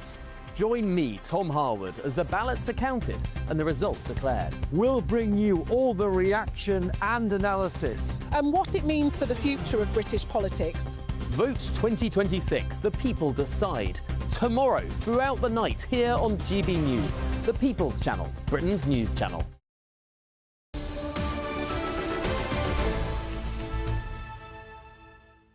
10:23, Britain's Newsroom with Andrew and Miriam. We've got the broadcaster and journalist Mike Parry here and the former Labour MP Stephen Pound in the studio. Welcome to you both. Yes, indeed. Thank you very much for that warm welcome. Yeah. With no insults. Can I just ask you, before we dive into the papers, oh dear. Did you like Peter Mandelson? Did I like him? Yeah. Did you rate him? I rated him, certainly. He was a very, very... Like Nigel Farage, when Nigel Farage says it's such a great appointment when he went to Washington, I had a lot of admiration for the man's political skills. I worked with him in Northern Ireland, and he had this masterstroke of awarding the police in Northern Ireland the George Cross, which actually helped the pattern reforms, as you know, for policing in Northern Ireland. On a personal level, to be honest, we didn't go out for a pint very often. In fact... You wouldn't be your sort. I don't mean... I'm not suggesting a gay thing. No. You just wouldn't be his... I'm not a guacamole person. Yeah, exactly. Did you ever come... I mean, I've fought with Peter Mandelson since 1990... Well, 1989, I would think. I was going to say, I can go back to about 1987, 88, when he still had that silly little moustache. He did. And he used to come into the Daily Express and have lunch with Nick Lloyd, the editor. Yeah. And I'd sit round the table there, and I always thought there was something incredibly mysterious about the man. I never felt that he was telling you what was going on in his brain, you know what I mean? I mean, to talk about calculated, every word that came out of his mouth, you know. And it was when New Labour, of course, were building up, and of course, he was the architect. Well, my first recollection, when we had the royal wedding, you know, with Charles and Diana, he chartered a boat to go to France to get away from the royal wedding for the day. That's right, he did. And so Harriet Harman was on the boat. And so, well, Mike Gapes was a mate of mine who was a later Labour MP, was organising it. And Peter Mandelson organised the guest list for the people on the boat. He said, he can come, he can't. And it was just like a big publicity thing. And I thought, I don't really want to be, you know, associated with going on a booze cruise on the day of the royal wedding. We had a street party round my way. Quite right, too. You don't have to be a monarchist to enjoy a good street party. Yeah, the idea that he calculated it so carefully and cunningly, even who was going to be on it. And as I agree with Mike, for the once on my very, very few occasions, what a ridiculous tash. Yeah, exactly. Do you know when he shaved that moustache off because he was on a family holiday with Philip Gould, one of the architects of New Labour, and Georgia Gould's father. Yeah, and Georgia Gould was a teenager or even younger, and said there was a family vote, and they voted. Get rid of your moustache. So are you telling me there was a focus group to calculate whether Peter Mandelson to a T? That is New Labour. There we are. And by complete coincidence, my great friend Richard Littlejohn, columnist in the Daily Mail, shaved his off 2 days later. No. There you go, he starts a trend. Shall we move on You couldn't make it up. No, indeed. Should we move on to Bank of England's chief? Because he made an extraordinary admission, actually, I think it was in front of MPs yesterday, saying that his daughter, his graduate daughter, was also struggling to find work. We've just been speaking to a final year student before the break. I'm sure you would have heard of Oliver, very articulate young man, talking about the problems of not only student debt but the graduate job market. Is this an impending crisis? Well, do you think, I must admit, it's already a crisis. Well, it's not impending. It's already here. Well, hang on a second. I found the Hugh Pill's comments yesterday very, very odd. In effect, what he's saying is we're almost getting youth unemployment back to how it was under the Tories. It's been going down, and it's almost back to how it was 11 years ago, which is about 5 or 6%. But what he said, first of all, he's talking about his daughter. But 11 years ago was soon after the financial crisis. I mean, it was quite exceptional circumstances. It's a bit later, 11 years ago. But I mean, the idea that you're talking about your daughter, and then to go on about the impact on mental health. Now, as far as I'm concerned, bankers should be like those bankers in Mary Poppins. Yeah, I totally agree. And also, there's a bit of nepotism involved. Even my daughter can't get a job. You know what I mean? I don't think he said it like that. He was saying that, you know, this is personal to him. He can see the... but that's not the job of an economist. Well, it might be, because he might be illustrating what the national trend is. But let's get to the figures. The figures are 16.1%, 11-year high of 16.1% on youth unemployment. It's an absolute disgrace. And put that together with figures we've already seen this week, about 1 million graduates coming out of university and less than 100,000 jobs available, perhaps as few as 10,000 for graduates who won't be able to get a job. We just spoke to Oliver Dean, third-year student at LSE. He said job prospects hopeless. That was the word he used. Hopeless. But I find that extraordinary. I mean, I was at LSE as a mature student, and we had a thing called the milk Very round. mature, Yeah, indeed. Well, I was known as pension a pound, actually. Yeah, I'm not surprised. When I stood for the president, and I beat Danny Finkelstein to be president of the union there. But listen, we used to have a thing called the milk round. Sigmund Warburg, a big New York bank, came to the LSE and offered me a job in 1982. And, you know, obviously a ridiculous amount of money. I couldn't take it. Why? Because I'm not a capitalist. I've got a job working with homeless... Or lefty. Listen, matey, I've got a job working with homeless families in Camden Council. very noble, Camden. No, but the point being that youth unemployment is an issue, and it has been an issue for a long time, but it's not just about national insurance, it's about AI, and it's also about... No, it's not about AI. It's that is a component of it. No, it's about national insurance, it's about the minimum wage, it's about all the rules and regulations Rachel Reeves has brought in, but I don't think Tony Blair gets enough credit for creating this problem 30 years ago. Because when he said education, he closed down things like technical colleges, he closed down polytechnics. Well, he didn't. So people are coming out of 50% of the people should go to university. So people are coming out of university with a history of art degree, and there are no jobs for people with history of art degrees. It's ridiculous. That's what the king got a history of art. They used to say, what do you say to the future king? The future king. I'm sorry, at the time, You know, what do you say to a sociology person with a sociology degree? You say, this will have chips for with that, please? Yeah, the Blair set an artificial target. It was a pointless 50%. target. It was ridiculous. Yeah, but you know why? He thought if you get them into university, they don't go on the unemployed register, right? It was just a complete con trick to try and make out that. I mean, he made a generation, 2 generations of children think the answer to all my problems in life is to go to university, to take O-levels, A-levels, and go to university. And then when I come out, I've got a salary for life. He thought it was like Japan, where you start work for Honda and you're still working for them 50 years later. But, Mike, the real problem we've got here is the problem that we're one of the few countries in Europe which doesn't value vocational education. Yes, that's right. Look at Germany. You know, Germany has a very successful manufacture. We manufacture virtually nothing in this country. Well, Germany did. It's kind of been... They've destroyed themselves, but anyway. OK, we can probably agree on a little bit of that. But look, the reality is, in Germany, engineers are all called doctor. Anyone who's an engineer is called doctor because they have the credibility. But vocational training is an important thing. Well, most 18-year-olds in Germany do actually go into apprenticeships. Yes. And then the employer decides down the line with the young person themselves, would it be beneficial to get a degree? And then the employer pays for that. And they usually stay in their local area, so you don't have enormous accommodation fees. It's a much better model. Oddly enough, the German economy is in a very bad state. It is, but that's partly to do with the fact that they've gone all in on green energy policy and destroyed their... Well, I'd like to ask Tony Blair this question. Mr Blair, when did you last come across an unemployed plumber, an unemployed lorry driver or an unemployed electrician? They're not unemployed. They're in massive demand because we don't have apprenticeship courses for them. So when they do get their qualifications... I mean, I've got a bloke who fitted a shower for me recently. He's working 7 days a week because there are so few people with his skills to be able to do the job. So is my boy left school at 16, and I said, "What kept you, son?" And so he actually is an electrician. He's working very, very well indeed in that. And of course, but if you ask somebody what do they do if you're doing Spice Girls studies or Beckham studies, they do that degree to teach other people to do that degree. They don't actually create anything. And the great irony we're talking about Blair is his son Ewan has he's a multi-millionaire. Extraordinary success. Exactly. In telling people not to go to university. Telling people not to go to university, to get into high-end apprenticeship. And Richard Littlejohn. And he's on the Sunday Times rich list. I know. Amazing. Already. Fair play to him. Yeah. Absolutely. When did you last see an unemployed bricklayer? I mean, it's honestly, these skills are now so rare in this country. I'm sorry, round my way, when did you see a non-Polish bricklayer? Round my way as well. In fact, there's a company near me called the Polish Building Company. Is this just a mismatch then, in terms of we've got too many people graduating expecting what we might have used to call cognitive jobs and not enough people going into practical jobs? But the trouble is we've now had this culture for 25 years where to make a success of yourself you have to go to university. How on earth do we reverse that culturally? Well, I agree, but parents and the middle classes have bought it hook, line and sinker. So have schools, by the way. Schools aren't recommending It's only universities, because universities then started... Yeah, they're making a packet. But Too many universities. Talk about your Polish... I saw a lovely sign the other day. I live next to Southall, and I see it's about Southall builders, Sikh builders. They said, "You've tried the cowboys, now try the Indians." They're allowed to say that. You see, at my school, which is Direct Grant Grammar School, I didn't want to go to university, but two things happened. My father said, of course you're going to university, you had a great education. There wasn't a single teacher in my school, the King's School Chester, which used to send 6 or 7 students to Oxbridge each year, who would say to me, OK, if you don't want to go to university, here are the alternatives. They wouldn't consider alternatives. So I did 1 year at the University of the Trent, realised it wasn't for me, and then went and became a junior reporter on my local paper. Why aren't more people encouraged to do that? Here's the other thing, Mike. Look, now, if you look at one of the most oversubscribed courses in this country is medicine.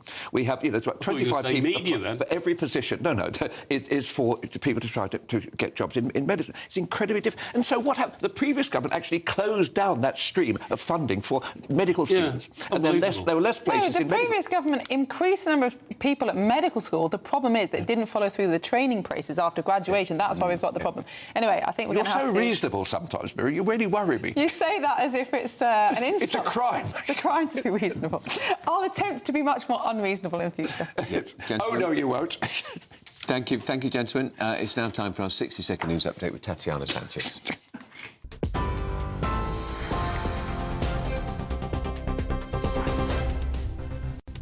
Thank you very much. The top stories. Energy bills will fall by £117 a year in April, regulator Ofgem has announced, following a shake-up in charges by the government. Nearly everyone in England, Wales and Scotland will benefit from a cut irrespective of their tariff, although the amounts will vary between households. Lord Mandelson's lawyers have said police officers arrested the former ambassador to the US at his London home on Monday afternoon because they worried he was a flight risk. Donald Trump delivered his annual address to a joint session of Congress, setting the record for the longest ever State of the Union speech. It was the first time Donald Trump publicly came into contact with members of the Supreme Court since he railed against them over their decision to throw out his global tariffs. He says he'll continue imposing tariffs on other countries despite the ruling.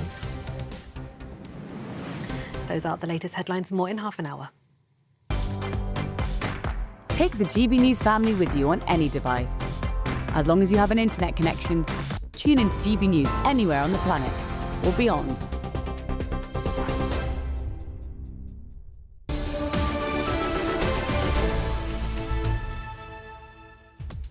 Well, coming up next, find out why one top population expert thinks that we should let house prices fall to help young families have more babies. He'll be joining us shortly. This is Britain's Newsroom on GB News.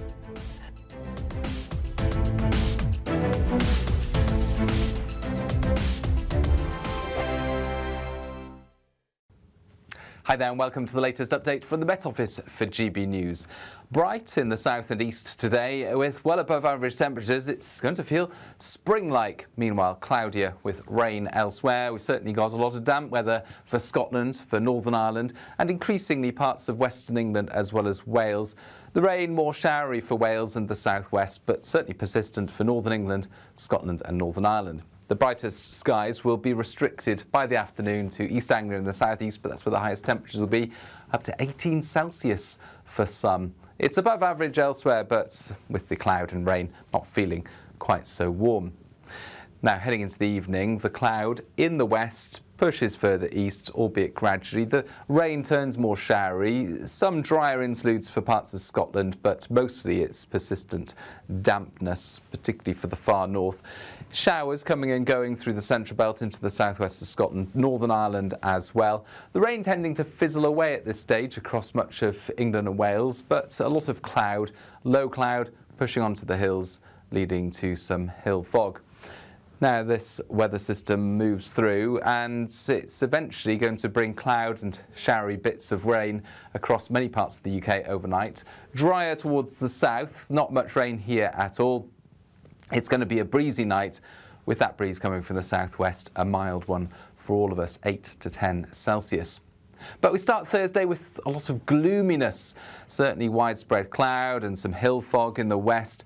Before the next system swings in, this is going to bring some outbreaks of rain to Scotland, Northern Ireland, and then by the afternoon, much of northern and western England as well as Wales. Once again, drier towards the southeast, not as sunny, not as warm either, temperatures reaching 14 or 15 Celsius. And heading into Thursday night, some wet and windy weather develops for a time.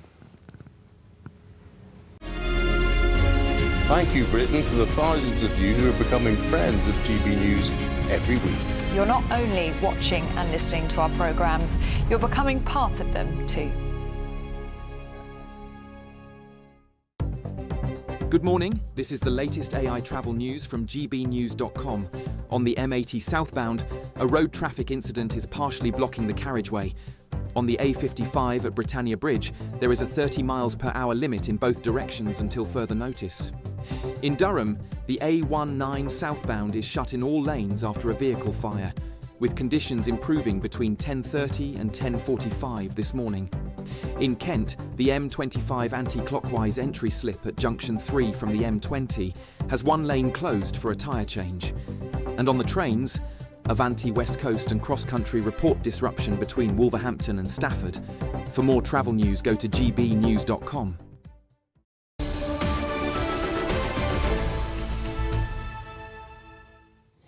Welcome back. It's 22 minutes to 11 and you're watching Britain's Newsroom. Now, to a story that we've covered a lot on this show, the country's birth rate crisis. Basically, not enough babies being born. Indeed, the fertility rate is the average number of children that a woman would have during her childbearing years. In 2024, it dropped to just 1.41 children per woman in England and Wales, which is the lowest on record and a lot lower than the 2.1 that is needed for a stable population. Well, let's talk to the population expert and author Paul Morland. Paul, good morning. Good morning. Why is it a problem having a lower birth rate? Well, we're not quite at Korean levels, but let me illustrate Korea, where we are heading rapidly. 100 people in one generation, at their fertility rate, it's about half of ours, 100 people make 40 people, make 16 people. So in the course of roughly my life, 50, 60 years, each cohort declines to the point that you've lost 84% of your population. Now, we're not there yet, but we are moving in that direction. And even at the level we are, we find that we've got more and more older people, which is great. People are living longer. They require lots of pensions. They require lots of healthcare. You spend 6, 7 times as much on an 80-something as on a 20-something in the NHS. And they require social care. And unless you've got a reasonable cohort of people to support them, you are going to have a government getting endlessly in debt. You're going to have labour shortages. You can miseducate your workforce, not fit them to the requirements of the workplace. That's another issue. But you're going to have labour shortages if you've got not only a declining population, but an ageing one. Now, you're interested in the role of housing in helping people to have more children. We've heard all sorts of different theories about why people aren't having children, whether that's social media, too long in education, whatever that is. What's the role of housing? Well, there are lots and lots of factors. It's not only about housing, but there's no doubt that the fact that it's so difficult to get on the housing ladder for young people is a significant factor. I mean, unless you can find somewhere to live, you can't couple up and have kids. It's that simple. And part of the problem is not only we're not building enough homes, but the homes we are building are not really very family friendly. I mean, I was brought up in a modest home, 3-bedroom semi in Wembley, you know, quite a modest sort of area. My parents didn't earn much, but they could afford 2.5 bedrooms, one for me, one for my sister, one for themselves. My mother worked sort of part-time, and that was feasible then. I had a friend whose dad was a taxi driver. I had a similar house. Mum just did a bit of work in the doctor's reception. I'm not saying women shouldn't be in the workplace, but today you need 2 full-time salaries to even stand a chance, and in many cases you can't even do that. So that's one of many issues we have to sort out. If we sort out housing, that won't fix it. There are a load of other things, but the housing question is absolutely critical. And it's sorry. I would say, how do you engineer a fall in house prices? Well, I think there are 2 things. The first is that we've got a huge amount of housing stock in the centre of our cities, which is being inhabited by recent immigrants, many of whom are not even working or adding to the workforce. So I think immigration policy is a critical part of that. I think the other thing is we are spending so much on the older folk with the triple lock, with the very high spend on the health system. We've got to do something to unblock planning. Now, there are lots of places where it would be fantastically profitable to build a new house and a family-size house, but you can't get planning permission. Now, there is a big lobby of older people who will say, I don't want new building, not in my backyard, and I don't want the value of my house to go down. But I think there are also a lot of us who bought our houses back in the 90s, fortunate enough to do that, who are actually more interested at this point in our children moving on with their lives and having grandchildren than they are, and seeing their children thrive and prosper, than they are in some notional theory of what their house might be worth if they sold it, which they're not going to anyway. I mean, there are so many blocks, aren't there, to building lots of houses. We're also looking today, there's a story out about the impact of working from home, and actually people who can work from home tend to have more children, and yet there's a big backlash at the moment to working from home, Reform particularly saying people should get back to the office. Where do you stand on this? Do you think policies that do allow parents of young children, for example, to work from home could actually help the fertility rate? It's not for me to tell employers what they need by way of the workforce in the office or at the coalface, and sometimes certain jobs you actually absolutely have to be there. But I would like to see employers saying, OK, say we insist on people being at 4 days a week. If you've got 1 or 2 young kids under school age or primary school age, we'll give you an extra day you can work from home.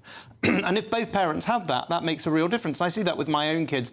It's not that they don't work incredibly hard when they're working from home, but it makes it easier to drop off, to pick up. Maybe they work a bit later in the evening. If you've got that flexibility, I think there's a real benefit in employers saying, if you've got children, we'll allow you that extra flexibility. It makes life a little bit easier for young working parents. Well, you can take you back to your earlier point about a lot of the housing stock in particularly in inner cities with migrants in there. What are you saying about that? Should we move the migrants out of these houses? It's obviously difficult to move people when they're in place, and I'm not a housing expert. I think that certainly could be looked at. I don't understand the priorities for when new housing comes up, that we are not prioritising British people, British-born people, local families. Yeah. You may say, well, an immigrant's need is greater, but I think it's got to be advantage of a local person, the demands and the claims of a local person should be greater than someone who's just arrived. And I think it encourages immigration if you're going to say, you know, we'll give you a home as well as all the other benefits. And they do, even if they're not part of the official benefit system, they do receive a lot of benefits. I would like to see housing prioritised for local people, for Brits, and what you can do about the existing housing stock, I don't know. But ideally, I would like to see that. And of course, some of those people who aren't prioritised leave to try and find cheaper housing somewhere else or housing somewhere else, and that breaks down local communities. And that's a big problem today, I think. Yeah, again, we can't have a situation where we're kind of creating a sort of world where we think we're going to have these little villages and the communities will go on forever. So I'm not saying you know, someone from a particular borough should be advantaged, but I do think it's reasonable at a national level to say, if you're British, if you were born here, if you paid into the system or your parents have paid into the system, you should have priority when it comes to government housing. And so much housing, particularly in the centre of London, particularly close to the engines of our economy, are occupied by people who've really only just arrived, and I don't see how we got in that position. Very interesting. Paul Morland, thank you very much, as always, for your time. Thanks for joining us. Up next, the government's relaunching a green payment scheme for farmers. Building farming's resilience, the theme of this conference, is about taking a wider view of the challenges and opportunities ahead. But we're asking, is it enough to satisfy farmers? We'll find out next.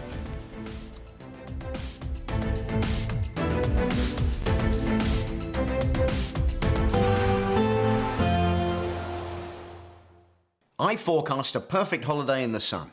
Weather looking good then? For sure, and no worries about our travel insurance. All Clear Travel Insurance sponsors GB News Travel Destinations forecast. Plenty of warm and sunny weather across Europe now. Blustery showers in Cyprus, windy in the Canaries. Those two regions, the exception to the mostly dry and settled theme. High pressure across Central Europe, bringing plenty of sunshine through Spain, Portugal, into France. Italy seeing above average temperatures as well, 17 or 18 Celsius widely. But we do have these showers across the Greek islands into Cyprus with some gusty winds. All Clear Travel Insurance sponsors GB News Travel Destinations forecast. Decisions made in Washington aren't just shaping America, they're shaping Britain too.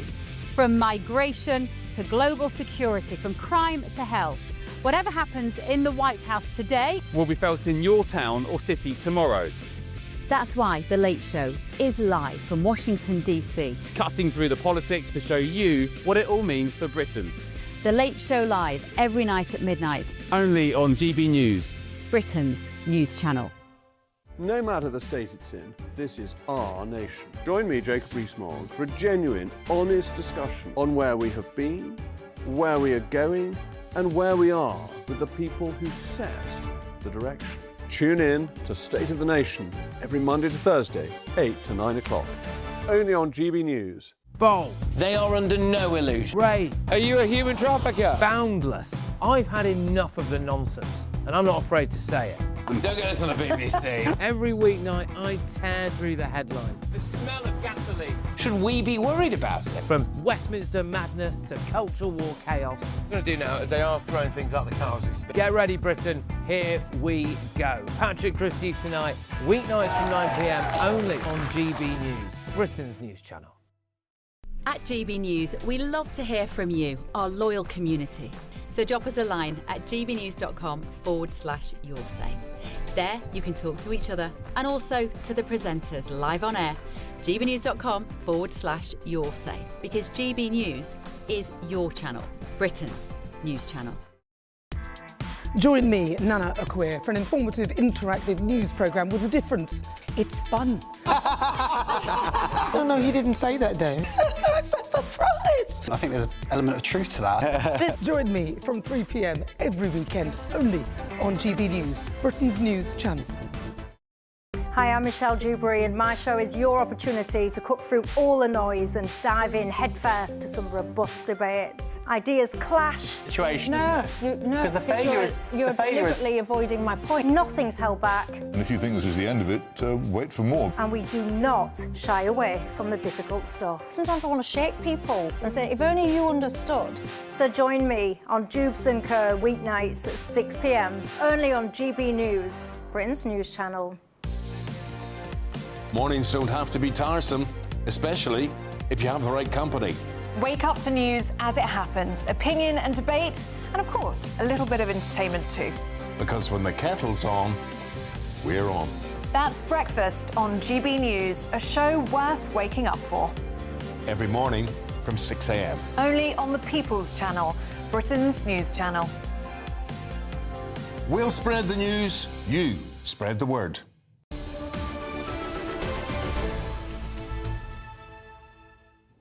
Welcome back. It's 11 minutes to 11. You're watching and listening to Britain's Newsroom on GB News. Well, after the huge storm caused by the government bringing in inheritance tax for farmers, they've now changed the threshold, of course, and yet another U-turn. Are Labour now trying to cozy up to farmers? Well, the widespread protest led to one of Sir Keir Starmer's many U-turns, and now Labour are making £345 million available for new technology and green measures, all the way from seed planting robots to new hedgerows.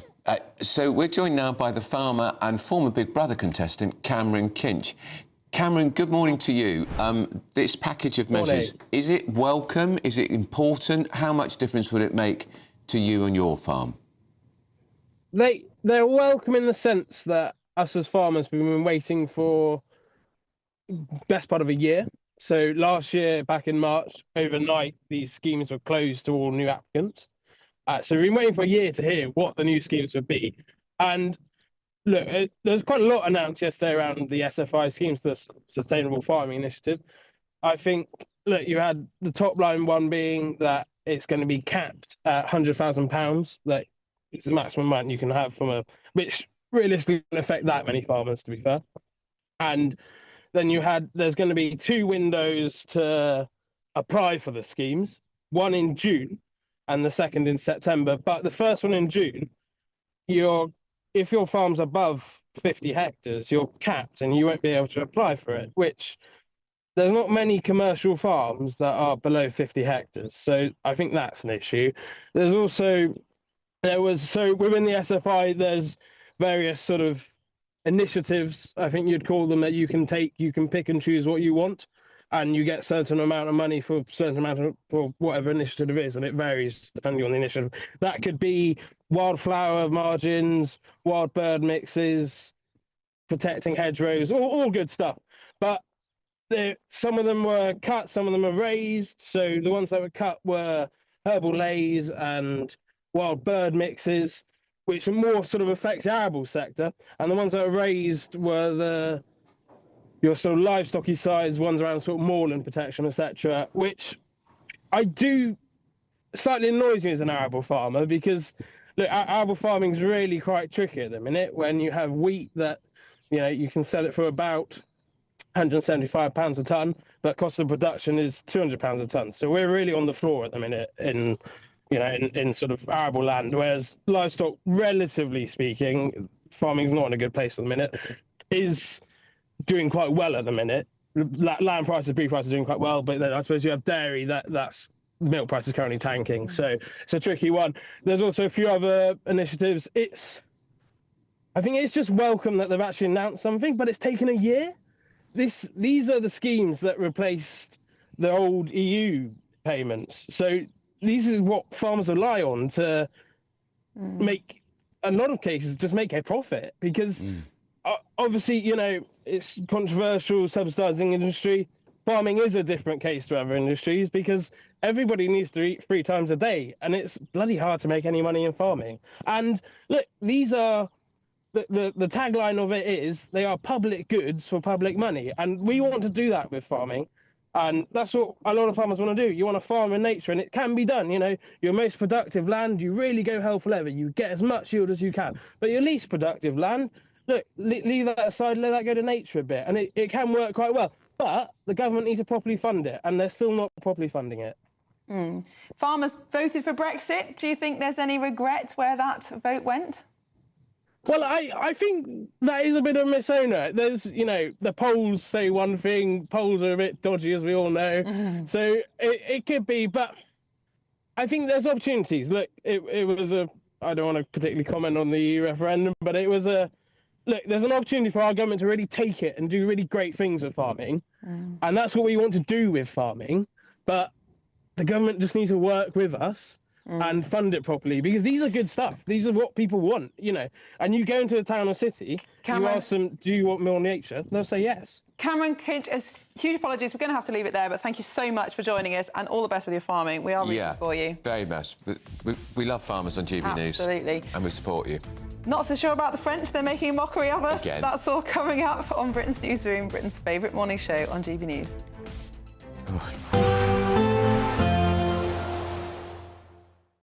Today, clouds overhead, total zen within. Boxed Solar sponsors the weather on GB News. Hi there and welcome to the latest update from the Met Office for GB News. Bright in the south and east today with well above average temperatures. It's going to feel spring-like. Meanwhile, cloudier with rain elsewhere. We've certainly got a lot of damp weather for Scotland, for Northern Ireland and increasingly parts of Western England as well as Wales. The rain more showery for Wales and the southwest, but certainly persistent for Northern England, Scotland and Northern Ireland. The brightest skies will be restricted by the afternoon to East Anglia in the southeast, but that's where the highest temperatures will be, up to 18 Celsius for some. It's above average elsewhere, but with the cloud and rain, not feeling quite so warm. Now, heading into the evening, the cloud in the west pushes further east, albeit gradually. The rain turns more showery, some drier interludes for parts of Scotland, but mostly it's persistent dampness, particularly for the far north.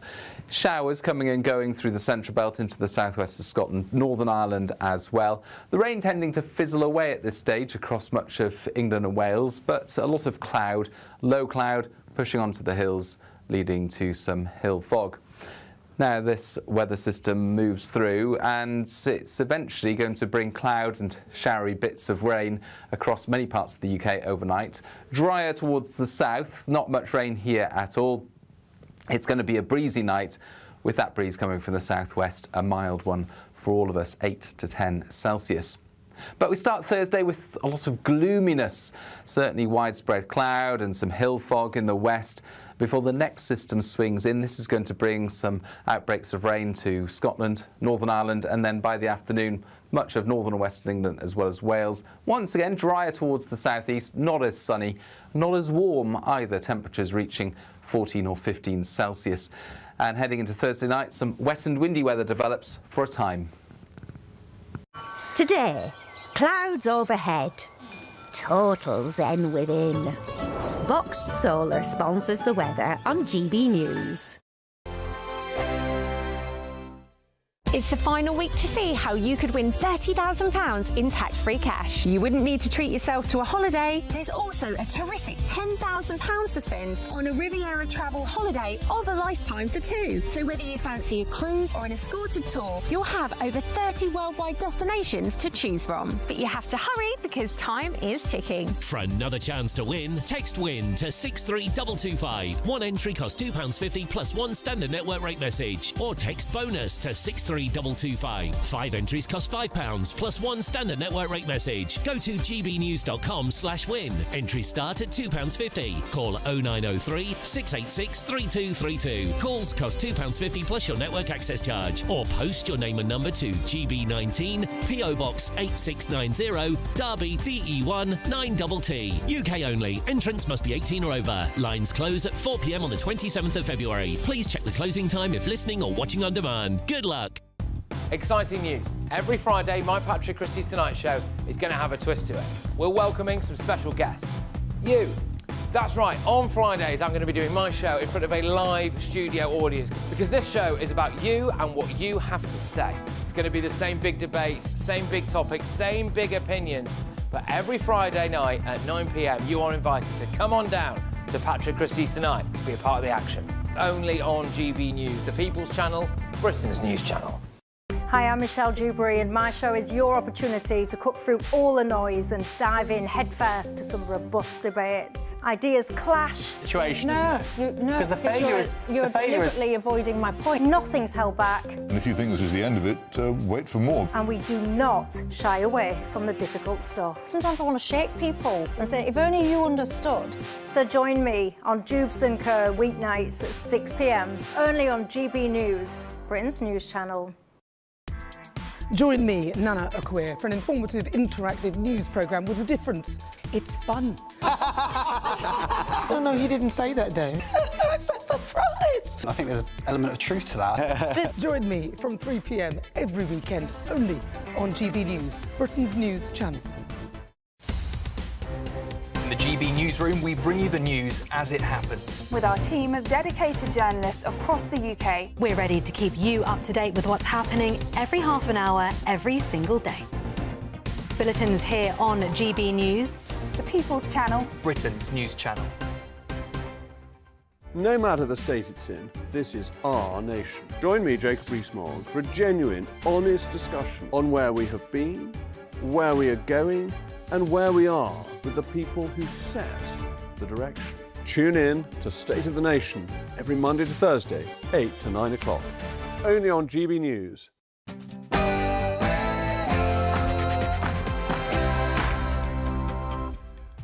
"11 o'clock on Wednesday, the 25th of February, live across the UK, Britain's Newsroom with Andrew Pearce and Miriam Capes. Well, it's a French fiasco. New data shows police in France allowed 2/3 of migrant crossings to reach Britain, despite the UK sending £700 million to Macron. Meanwhile, over on the English Channel right now... confirmed that hundreds of small boat migrants are currently crossing the Channel, the biggest surge of the year so far. Desperate, isn't it? Breaking news: as the weather gets warmer, your energy bills will fall by £117 a year from April. People are asking me, please, please, please, Mr. President, we're winning too much. We can't take it anymore. We're not used to winning in our country. Donald Trump says America is back as he spoke for almost 2 hours overnight in Washington, celebrating tax cuts, ending wars and introducing more tax cuts. He also remains on high alert over Iran. They've already developed missiles that can threaten Europe and our bases overseas, and they're working to build missiles that will soon reach the United States of America. It emerges that Lord Mandelson was arrested after the police were alerted that he was about to flee Britain to go to the British Virgin Islands. As it stands right now, there is a lottery in cancer survival. New figures out this morning show almost all NHS trusts are missing a major cancer target, with some patients waiting up to 104 days for care after diagnosis. And why are so many Brits not going to the doctor's surgery? Figures this morning show almost half of the public don't bother contacting their GP when they're ill because it's too hard to get an appointment. But could that be good news?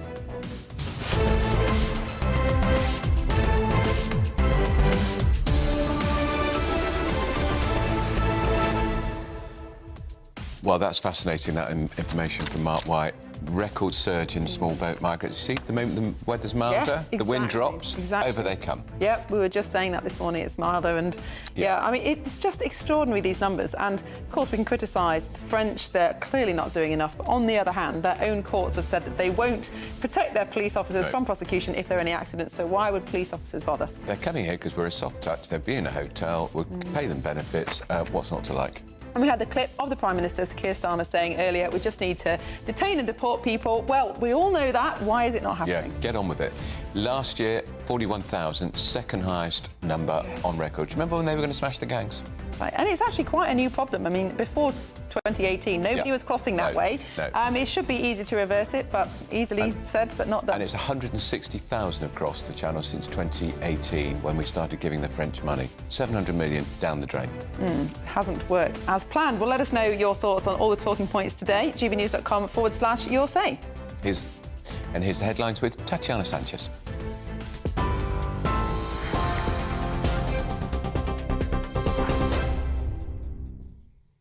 Thank you very much. Good morning. The top stories. Energy bills will fall by £117 a year in April, Ofgem has announced.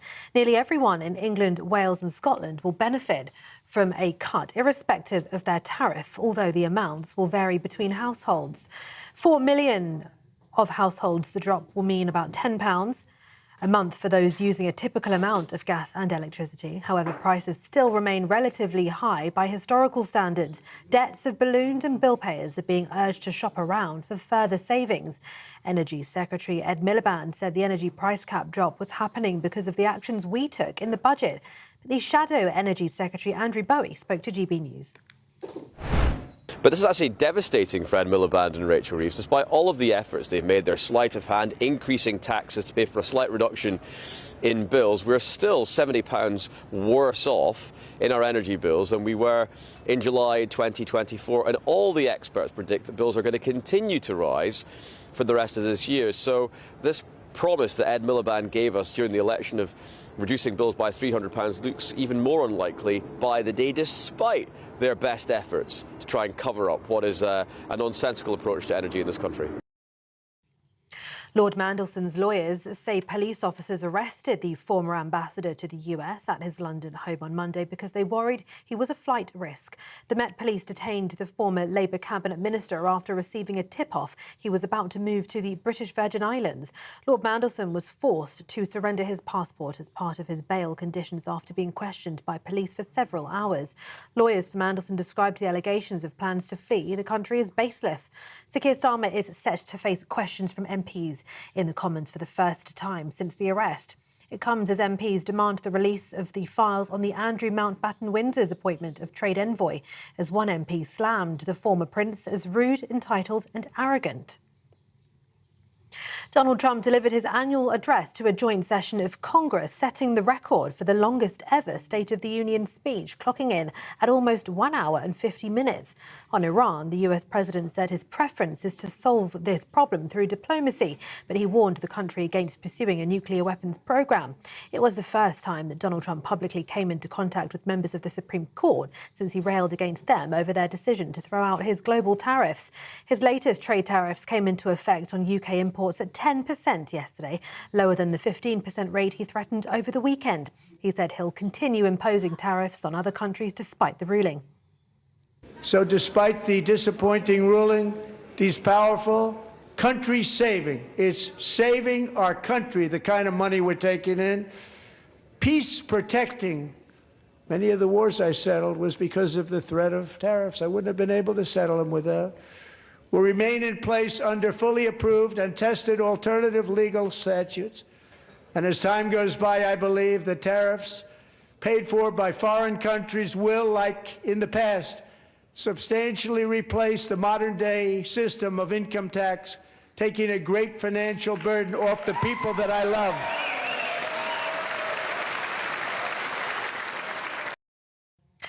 Witnesses from Nottingham University are to give evidence in the Nottingham attacks inquiry today. The inquiry yesterday heard the killer avoided being sectioned after a violent episode over concerns about the over-representation of young black men in custody. The inquiry is looking at the events leading up to Valdo Callicane killing university students Barnaby Webber and Grace O'Malley Kumar and school caretaker Ian Coase. It also heard yesterday that a warrant to arrest Callicane before he killed them was not carried out for months in what was described by a police chief as a serious, systemic and operational failure. Elsewhere from today, visitors from 85 countries will need an electronic permit before travelling to the UK, or they won't be allowed to board flights. The electronic travel authorisation, costing £16, will be mandatory for travellers who don't need a visa as the government tightens border checks. Airlines will be required to refuse boarding without the authorisation or other valid documents, though British and Irish citizens are exempt. Ministers say the scheme will strengthen border security and modernise the system for travellers. The NHS says it has secured a rescue package of alternative medical cement to allow joint surgery to continue. Last week, hospitals have been told to postpone treatments, including knee and hip replacements, after the health service's main supplier encountered a major production problem. The NHS was thought to have only 2 weeks' supply in stock and so was focusing on emergency patients and the most complex cases on the waiting list. But NHS England believes the shortfall will now be covered after a new supplier was found and an existing supplier agreed to up its deliveries.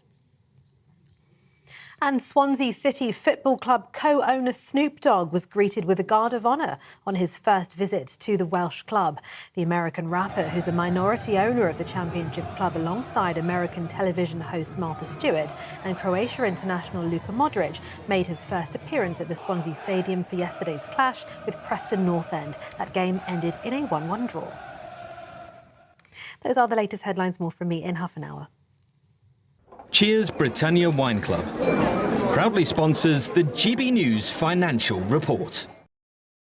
Here's a quick snapshot of the markets. The pound buying you $1.3518 and €1.1469. The price of gold, £3,835.61 per ounce. The FTSE 100 is at 10,748 points.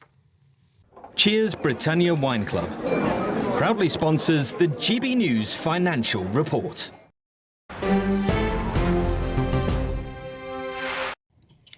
And some breaking news. Hundreds of illegal migrants are currently crossing the English Channel in the biggest surge of small boats so far this year. Our Home Security Editor Mark White joins us. Now, the weather's milder, the wind has dropped, here they come. Go figure. We always knew this was the case. Yeah. What's remarkable about this, though, is it, even for this time of year where the weather might improve or it might be, not conducive to crossings, it's improved, but we have the kind of surge that we're seeing normally in the kind of months where we go into the summer. In the winter months, you might get 200 or 300 crossing on a really busy day that would still be unusual and very rare. Today we've got, we think, at least 450 migrants, maybe more, currently crossing to the UK. You're looking at the latest exclusive images shot by our producer Chris. This is the port of Ramsgate in Kent. We normally show you Dover shots. The reason it's Ramsgate is because there's so many crossings over the last 2 or 3 years. The infrastructure at Dover is so worn out. They're replacing the sort of berthing facilities there, predicting, of course, a very significant year of crossings already. So what we're told is that 10 small boats have been launched from French beaches today. If they all make it across, we could be looking at 600, 650. But we know, at least at the moment, 450 in the water heading for the UK. Some are already here. And this is just as the Prime Minister, we think, and the Home Secretary are trying to renegotiate the deal with France. We've squandered, in my view, 700 million since 2018 trying to stop these boats. The official figures show 2/3 of migrants cross, which means 22,000 were deterred. But you've got a different take on that figure. Yeah, listen, this is a nonsense. It's smoke and mirrors, where they're telling us 22,000 migrants are being stopped by French authorities. Nothing of the kind. They're stopping themselves. Effectively, what is happening is that the boats get into French waters, and just like today, a small proportion of those attempting to cross won't make it because the boats will suffer engine failure, they'll be too overcrowded to make much progress, or the weather starts to sort of deteriorate as they're crossing and they can't make any further headway. So what happens then is they then get picked up by French patrols and returned to France. That's not them stopping them. That's the boats not able to make progress for whatever reason. Outrageous. So saying that this is, effectively, this is as a result of all the money that we're giving the French to stop them, only a tiny, tiny proportion, and I believe the figure is actually maybe in the high hundreds and not much more, are stopped on the beaches by the French and prevented from crossing. I mean, it's extraordinary that the French haven't tried to solve this problem because of domestic pressure. Yeah, I mean, yeah. people living in and around Calais are suffering hugely from these migrant camps. You'd think that they'd be as invested as we are in stopping it. But one potential figure is Jordan Bardella, who's the probable presidential candidate in the French presidential elections next year. If he wins, he says he will allow the British authorities to return migrants to France. How would that work? Would it be effective? If he did that, it would stop the small boats crisis within a week or two. Because at the moment, you're paying a few £1,000s to get on a migrant boat and cross to the Channel in the certain knowledge that if you make it to UK waters, you'll be picked up by the British, you'll be taken into the asylum system, because well over 98% of those that cross go on to claim asylum. So you go into the system. And more often than not, the vast majority are allowed to remain in the UK, either by being granted asylum or even if they're refused, they're often from countries where you can't return them to anyway. If the situation was that you crossed into UK waters, you were picked up then by Border Force and immediately returned to France, well, who's going to pay £3,000 to a people smuggler when you know that you're only going to end up in the location you first set off from? So it would break the business model. And I think you're absolutely right, Miriam, in what you say about there must be an imperative for the French government to do this for the long-suffering people in Calais and Dunkirk, even down in Boulogne, where they see these migrant camps with, and we're told, by the way, there are 4,500 migrants at the moment in these makeshift camps waiting for their turn to cross to the UK. Well, while they're there, the criminality in those locations is very significant indeed. There's vandalism, there are regular thefts, clashes with the police, as the police on occasions do try to stop the migrants from crossing. And then you get disorder in those communities. It is miserable. As much as we suffer, and of course we do, in this country from the fallout from the migrant crisis, for these poor communities around Calais and around Dunkirk, etc., it is awful. It is the duty of the French police to try to stop these people crossing the Channel illegally. It's dangerous and they're breaking the law. So why are we paying them any money at all? Well, that is another point well made. And all I can do is just sort of echo your exasperation there, because you're right, £700 million already given to the French to try to solve this crisis, when it is actually their responsibility to look after the migrant crisis within their own borders and to deal with any of these boats that get into the water in French waters. That's nothing that we should have to intervene, to give them even more money to do what is an ineffective job in the Channel in the first place. That's their responsibility to deal with that. The negotiations are underway about the next settlement to give to France, and clearly the calls are growing, and understandably so, for the UK government to rein back on the money that they're giving the French. Absolutely right. Absolutely. Mark, thank you so much. As always. Now, just 2 days left in our Great British Giveaway. Your chance to win a luxury holiday for two worth £10,000 plus £30,000 tax-free cash. Here's how you do it. There's just 2 days left to see how you could win, as there's cash and a holiday up for grabs in our two-part Great British Giveaway. First, you could bank a whopping £30,000 in tax-free cash to spend however you like. And thanks to Riviera Travel, you could be jetting off on a £10,000 dream holiday for two people. With flights, transfers and luxury accommodation included, you'll be able to find the perfect match from over 30 global destinations on offer. But don't miss out, as lines close this Friday. For another chance to win, text WIN to 63225. One entry costs £2.50 plus one standard network rate message. Or text BONUS to 63225. 5 entries cost £5 plus one standard network rate message. Go to gbnews.com/win. Entries start at £2.50. Call 0903 686 3232. Calls cost £2.50 plus your network access charge. Or post your name and number to GB19, PO Box 8690, Derby DE1 9TT. UK only. Entrants must be 18 or over. Lines close at 4 p.m. on the 27th of February. The winner may be contacted live after all entry routes are closed. Please check the closing time if listening or watching on demand. Good luck.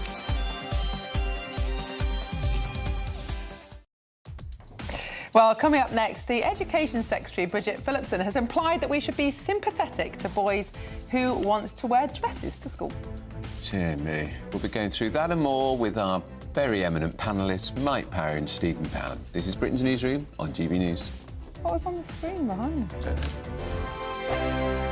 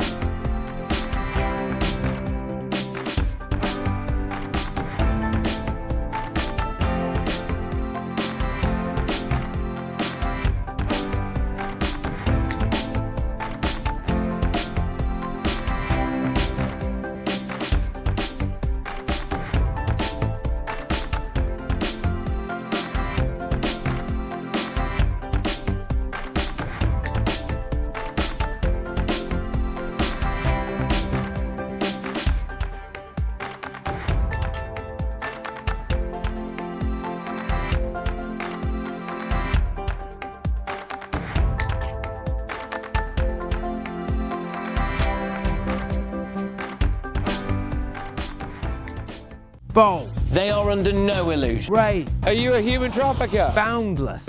I've had enough of the nonsense, and I'm not afraid to say it. Don't get us on the BBC. Every weeknight, I tear through the headlines. The smell of gasoline. Should we be worried about it? From Westminster madness to cultural war chaos. What I'm going to do now is they are throwing things out the car as we speak. Get ready, Britain. Here we go. Patrick Christie tonight, weeknights from 9 p.m, only on GB News, Britain's news channel. Hi, I'm Michelle Dewberry, and my show is your opportunity to cut through all the noise and dive in headfirst to some robust debates. Ideas clash. Situation, isn't it? No, because the failure is you're deliberately avoiding my point. Nothing's held back. And if you think this is the end of it, wait for more. And we do not shy away from the difficult stuff. Sometimes I want to shake people and say, if only you understood. So join me on Jubes and Co weeknights at 6 p.m, only on GB News, Britain's news channel. Mornings don't have to be tiresome, especially if you have the right company.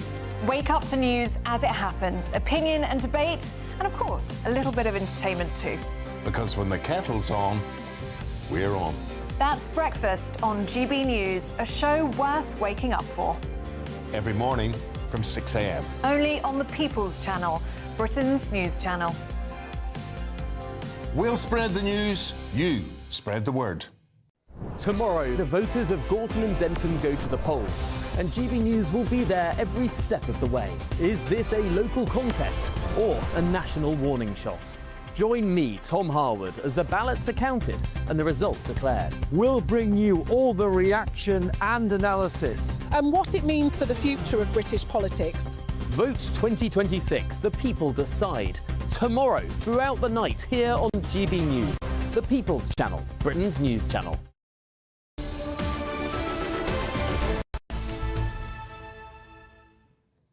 11:21, Britain's Newsroom with GB News with Andrew and Miriam.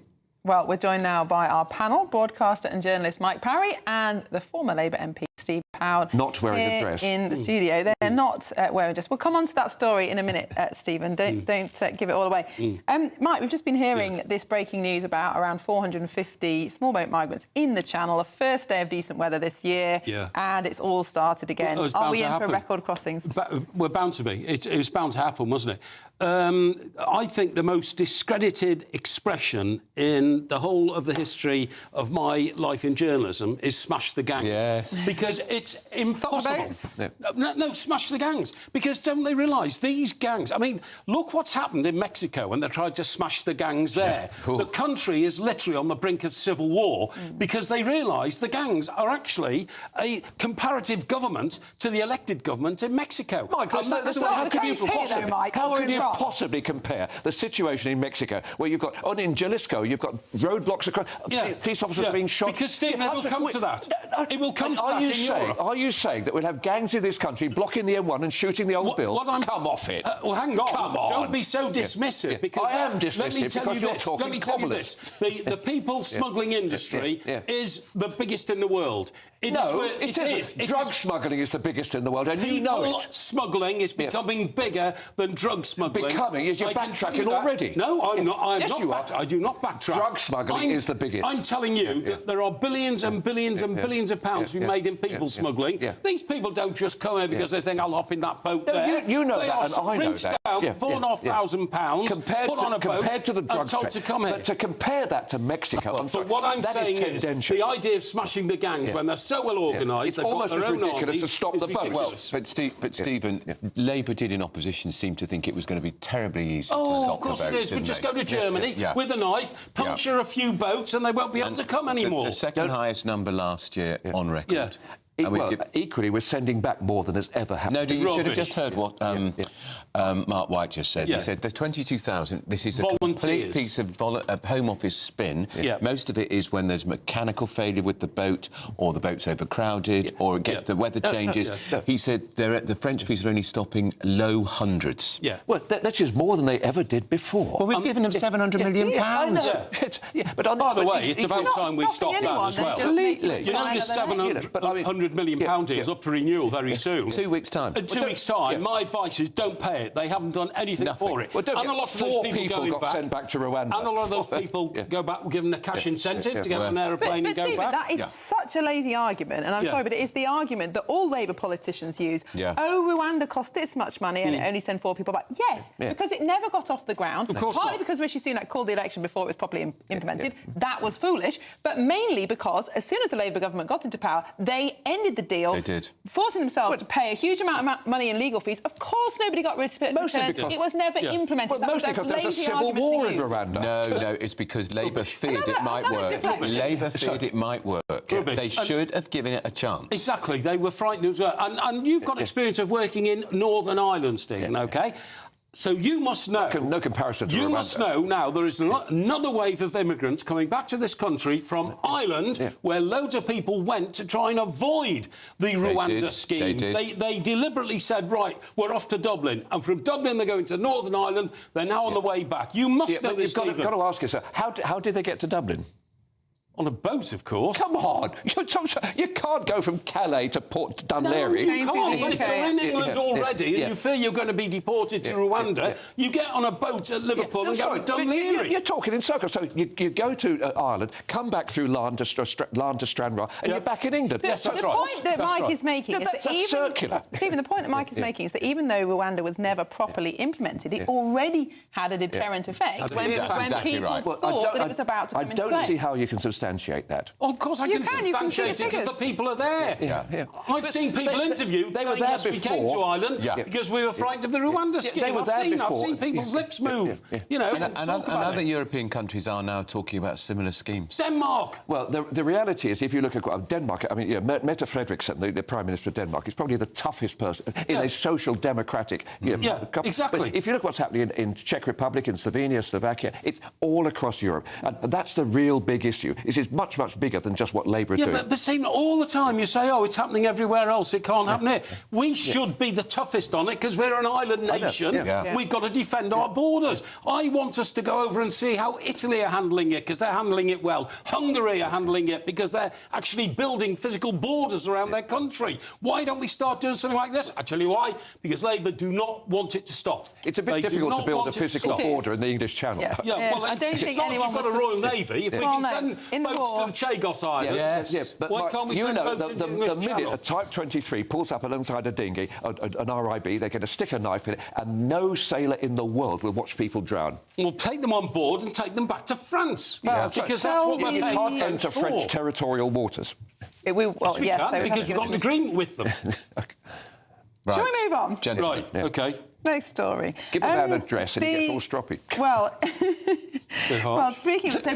So Bridget Phillipson, I should say, the Education Secretary, suggested that schools should not come down too hard on children who might be transgender. Of course, there's a big row about how... Primary school children she's talking about, too. So these are 7-year-olds. Yeah. Exactly. But she's not talking about kids who are transitioning. No, look, everybody agrees that the idea of actually using puberty blockers before about age is ridiculous. We can't do that. Well, hang on. The government approved until a few days ago a trial on 250 kids, some as young as 10. Exactly. But look, the reality is, if you've got some kid at primary school and some kid who just maybe wants to try and address or doesn't try and address, the teachers actually will not actually say, you're going to go to hell for doing that. They should actually be a bit sensitive and just say, look, come on, what's it all about? And in most cases, it's the kid just being silly. But the trouble is, that's not what's happened recently, Mike. Instead of saying, oh, no, don't be silly, or of course you're a boy, or let's, where's this idea coming from?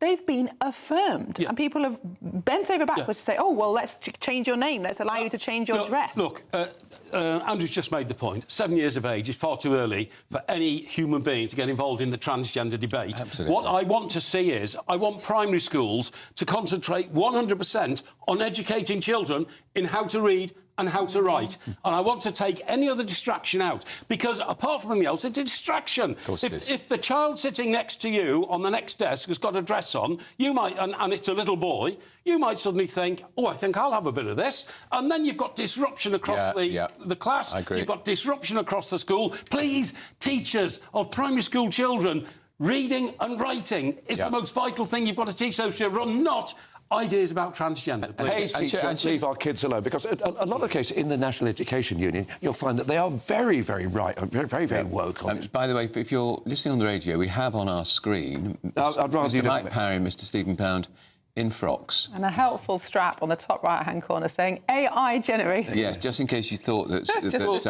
save your honour. I hope it's AI generated, because if not, remember. That picture was taken in my local pub. I might have had one too many. Yeah. But I don't think so. They'll be letting you in, madam. I mean, the serious point behind this is that the Conservatives, by the time they left power, had finally brought out some sort of guidance to schools, which wasn't perfect by any means, but basically established that schools should not be transitioning children, either socially or medically. That came up with those Indeed, and you could argue that they waited far too long and let it get out of hand. All of that is true. But again, just like with the small boats in Rwanda, Labour have come in, they've stalled, they've cancelled, they've tried to appease all different groups, and schools, head teachers, are in the dark, as they have been. One thing I find absolutely extraordinary about modern life is the way that this whole trans issue has become totemic. You've got you have people making speeches in certain schools, and they're absolutely flash mobbed by people who are sort of pro-trans, and you've got people using this trans flag all over the place. And why has this suddenly become incredibly totemic? And the minute you be any J.K. Rowling is accused of being basically Satan incarnate. She's a public hero. It's the inevitable end to the idea of self-actualisation. You can be whatever you want to be, which is the modern refrain, isn't it? Well, you can. It seems to be, but Steve, even you must admit, under the age of 11, children do not need to know about anything called transgender. They shouldn't even be able to spell it. I'm telling you. Well, I think, there's a case in the paper this week of a man who became a woman and married a woman who became a man. It's just, I'm lost already. It's time to move on. Thank you both of you, and come back properly dressed next time, please. And don't forget, of course, it's Prime Minister's questions at midday, and as always, Tom Harwood and Gloria Spiera want your questions for the Prime Minister. Send them into. I'll be dragged up next week. GBNews.com/your say. You're watching Britain's Newsroom on GB News. Stick with us.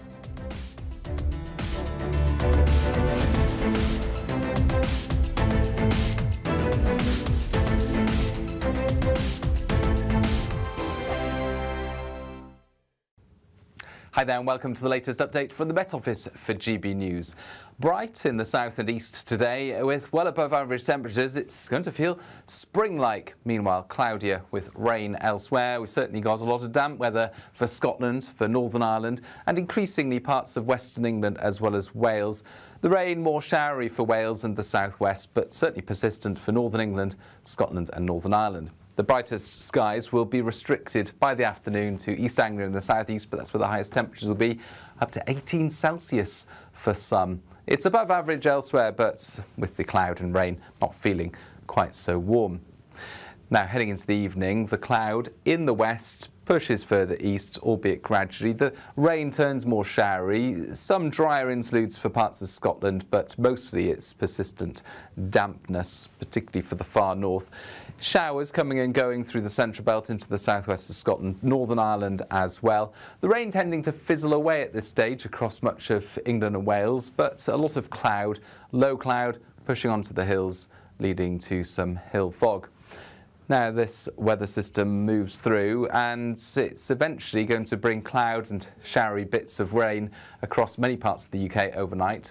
Drier towards the south, not much rain here at all. It's going to be a breezy night with that breeze coming from the southwest, a mild one for all of us, 8 to 10 Celsius. But we start Thursday with a lot of gloominess, certainly widespread cloud and some hill fog in the west. Before the next system swings in, this is going to bring some outbreaks of rain to Scotland, Northern Ireland, and then by the afternoon, much of northern and western England as well as Wales. Once again, drier towards the southeast, not as sunny, not as warm either, temperatures reaching 14 or 15 Celsius. And heading into Thursday night, some wet and windy weather develops for a time. From the school run to the home run, watch a new show for all of Britain. He can say whatever he wants. A straight talking show where all voices are heard. And, you know, when are we going to stop talking about smashing the gangs and actually do it? With the stories that matter from every part of our country. There's a bit of a crash landing there for your Chancellor. Bold, fearless and standing up for you. That's me, Martin Dawdney, 3 p.m. till 6 p.m, weekdays, here only on GB News. The People's Channel, Britain's news channel. Westminster's full of talk, but out here, it's the real world. Am I allowed to talk now? No, that's it. This is where it matters, real people and real lives. That's what politics is all about. The fact has Trump made a good start? No. Straight answers, no spin, and just a couple of pints. How many fingers have I got up? About 10. So join me for Lee Anderson's Real World every Friday at 7 p.m, only on GB News. The People's Channel, Britain's news channel.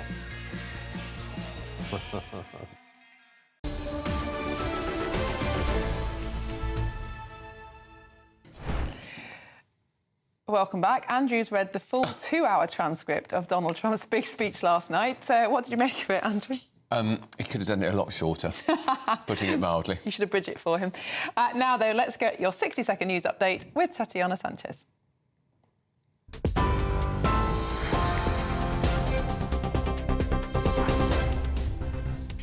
Good morning. Thank you. The top stories. That breaking story this hour that hundreds of illegal migrants are currently crossing the English Channel.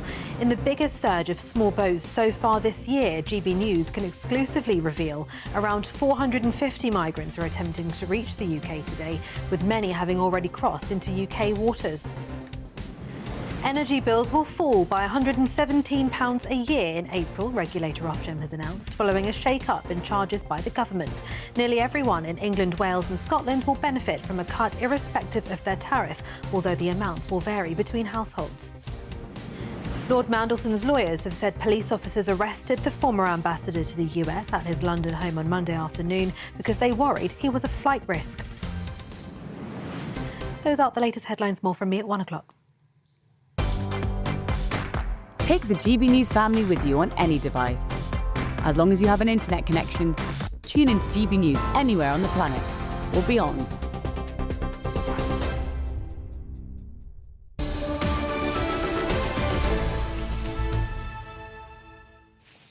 Welcome back to Britain's Newsroom. You're watching and listening on GB News with Andrew Pearce and Miriam Cates. Well, President delivered his rallying cry to Congress. It's the longest State of the Union speech in history. Well, GB News' own Bev Turner has the latest on how it went down. President Trump's speech was almost 2 hours long, and this was the overriding theme. America is back, and we are just getting started. Trump called it a turnaround for the ages, talking about the lowest murder rates in 100 years in America, the lowest mortgage rates for 4 years, record numbers of people in work. He said the country is winning and used that as an opportunity to bring out the victorious men's Olympic ice hockey team.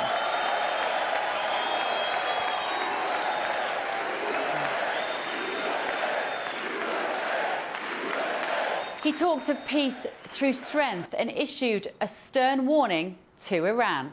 One thing is certain, I will never allow the world's #1 sponsor of terror, which they are by far, to have a nuclear weapon. Can't let that happen. The first duty of the American president, he said, is to protect the American citizens, not illegal aliens. And that got a very long-standing ovation. And frankly, with so much to brag about, can you blame him for taking the credit? And our future will be bigger, better, brighter, bolder, and more glorious than ever before. Thank you, God bless you, and God bless America. Well, you can catch more on that tonight from Bev at the Late Show Live. I said it wrong, sorry. We got that. Join us now as US journalist Chapman Bell. Now, Chapman, congratulations, well done. You did sit through the whole thing. I did, but I didn't watch it live. No. Well, picked it up this morning, thankfully. It would have been a very long night. Longest speech ever. I did see one person point out, at least, that it took a long time to say very little. But, you know, he began it with, you know, a turnaround for the ages, a golden age for America, a roaring economy. However, this doesn't necessarily hit home with the electorate. There's a lot of people still very upset with his handling of the economy. He's got very low approval ratings. So it will have to be determined if this rallying cry and this positive outlook on the economy is seen in the midterm elections approaching. Yes, of course, that's the big fear for Trump and the Republicans, is that they lose their majorities. Do you think he's trying to front-load his activity, what he's trying to get done before those elections? Well, you know, there was a lot of patriotism at this speech, as we saw bringing in the U.S. hockey team, the gold medal team, talking about the U.S.'s 250th birthday this year. But inside all this patriotism also was a lot of partisanship. You know, he did go on the attack on Democrats, which he does quite regularly, blaming them for the failures of the economy. But again, we'll have to see if that is what happens when for the midterm elections. And why is his popularity ratings so poor? Well, because one thing that he did achieve during his first term was a really good economy. Now, the stock market is doing incredibly well right now, but the cost of living and affordability still isn't. Now, he blames the Democrats for affordability, though that message has been what's helped them win some of these elections, going on about affordability and the cost of living that's affecting many people. Let's talk about the speech itself, because a lot of politicians pride themselves or want to pride themselves on being great orators. I don't think Trump himself would even say that he was. He does have these flashes of genius often in press conferences. He loves that kind of ad-lib off the cuff. But why would anybody speak for that long? It doesn't cut through with the electorate. It wasn't particularly well organised. You know, it made me think of a line somebody told me once, a lawyer I was interviewing, when I was asking about why the prosecution in a case was going on and on forever about something. And he had a line that said, well, if you don't like the meat, you put a lot of sauce on it. And maybe that could be the situation right now. Now, he is trying to combat his low approval ratings and put a healthy glow on things. And, you know, like I said, the stock market is doing really well, but that doesn't really hit people in their pockets at home. He did double down on the tariffs, something that he feels very strongly about. He did make his displeasure known to the Supreme Court justices in attendance, but not as heavy as he had originally criticized them for. But he went as far as to say that tariffs could replace income tax in America. So he's really trying to push this message forward and see if he can get everybody on board with it. But, you know, it's yet to be seen how these tariffs are going to play out when it comes to congressional approval. Another interesting point that many people have pointed out is what he didn't say in the speech. He didn't mention Epstein. He didn't mention China. And he didn't mention the ICE raids. He did talk about securing the border, but he didn't talk about the ICE raids because his handling of immigration has been unpopular, though it was what also brought him into the White House was the desire to control it. But isn't the fact that he's pretty much stopped the number of illegal migrants coming from Mexico, is that not helping his popularity? Well, I think that this is where it becomes a two-way street. Yes, he has stopped the flow of people coming illegally across the border, but in saying that he was going to go after the most dangerous individuals in these ICE raids and to, you know, go to these safe haven cities, a lot of people have been unhappy, and a lot of voters have been unhappy with the heavy-handed tactics of ICE. And I think this has been seen, and there has been a step back from that, because it is clearly not making those who are going to be voting in the midterm elections happy. Right. And of course, Epstein's still dominating in Britain. Is it still making huge waves in America? Well, I think it will for a long time. And, you know, as ever, the more we hear from these Epstein files, the more conspiracy theories that are made. And, you know, we are starting to see a lot of action over here from them, you know, with Mandelson and Andrew. When's the same going to happen in America? Well, that's what people keep asking me. That's what we've brought up several times here. There's only one person that we know has been jailed. That's a British woman called Ghislaine Maxwell. Exactly. And then the only other people they've all been British. So, I mean, obviously the biggest people to suffer from Epstein were the victims. Sure. But we've not seen any really heavy political fallout in America from the revelations in these files. But again, it's a lot of files to go through, and there's a lot of more connecting the dots that I'm sure will come out of them. And very quickly, this is very unfair of me to ask, Trump can't stand again. Who's your money on for Republican candidate next time? Oh, gosh. I think it's too early to tell. I think, I mean... That's a cop-out. Too early to tell. I don't know if it's going to be, if J.D. Vance will have it, but, you know, Trump keeps dropping the line that he might be running for a third term. You never know with You Trump. never know. Things for sure. Chapman Bell, thank you so much for coming in, and happy birthday. It's Wednesday, which means we're crossing live to Westminster, where Gloria DePiero and Tom Howard are there for Prime Minister's Questions. Good morning. Yeah, all the action kicks off at midday. We don't yet know what Kemi Badenoch will ask. Me and Tom were having a little bit of a debate about that this morning. What do you think? Mandelson. Absolutely. Big questions, big decisions. But not only what do you think Kemi would ask, what would you like to ask our politicians? Send us your name, send us where you come from, importantly, and go to gbnews.com/your say to submit those questions. We want to have those questions from you to put them to our politicians here in the Westminster studio. Tom and Gloria, thank you very much. Gosh, there's so many different things that she could ask. I think she'll go on the arrest of Peter Mandelson. She could even go on small boats. I mean, that's breaking news today, something that the government has not managed to solve. Well, that's only 15 minutes to wait for that. But up next... Almost all NHS trusts have missed their major cancer care target. So we're asking, how do we get a grip of this crisis? You're with Britain's Newsroom on GB News.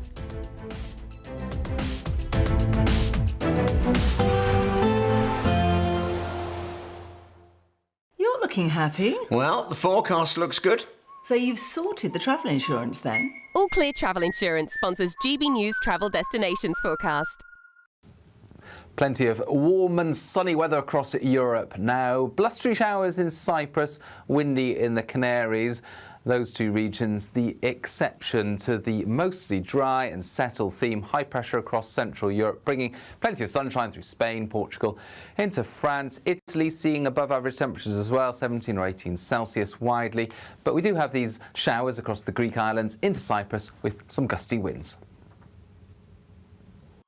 All Clear Travel Insurance sponsors GB News Travel Destinations Forecast. I'm Michelle Dewberry, this is Jubes & Co with you. Hello everyone, Patrick Christie is here with GB News, Britain's news channel. Access the stories that matter to you. Take the GB News family with you on any device. And as long as you have an internet connection, tune in to GB News anywhere on the planet or beyond. GB News, the People's Channel, Britain's news channel. No matter the state it's in, this is our nation. Join me, Jacob Rees-Mogg, for a genuine, honest discussion on where we have been, where we are going, and where we are with the people who set the direction. Tune in to State of the Nation every Monday to Thursday, 8 to 9 o'clock. Only on GB News. Exciting news. Every Friday, my Patrick Christie's Tonight Show is going to have a twist to it. We're welcoming some special guests. You. That's right, on Fridays I'm going to be doing my show in front of a live studio audience because this show is about you and what you have to say. It's going to be the same big debates, same big topics, same big opinions, but every Friday night at 9 p.m. you are invited to come on down to Patrick Christie's Tonight to be a part of the action. Only on GB News, the People's Channel, Britain's news channel. At GB News, we love to hear from you, our loyal community. So drop us a line at gbnews.com/yoursay. There you can talk to each other and also to the presenters live on air. gbnews.com/yoursay, because GB News is your channel, Britain's news channel. Hi, I'm Michelle Dewberry, and my show is your opportunity to cut through all the noise and dive in headfirst to some robust debates. Ideas clash. Situation, isn't it? Because the failure is... You're deliberately avoiding my point. Nothing's held back. And if you think this is the end of it, wait for more. And we do not shy away from the difficult stuff. Sometimes I want to shake people and say, if only you understood. So join me on Jubes & Co weeknights at 6 p.m, only on GB News, Britain's news channel. Join me, Nana Akwe, for an informative, interactive news programme with a difference. It's fun. No, he didn't say that, Dave. I'm so surprised. I think there's an element of truth to that. Join me from 3 p.m. every weekend, only on GB News, Britain's news channel. Mornings don't have to be tiresome, especially if you have the right company. Wake up to news as it happens, opinion and debate, and of course, a little bit of entertainment too. Because when the kettle's on, we're on. That's Breakfast on GB News, a show worth waking up for. Every morning from 6 a.m. Only on the People's Channel, Britain's news channel. We'll spread the news, you spread the word.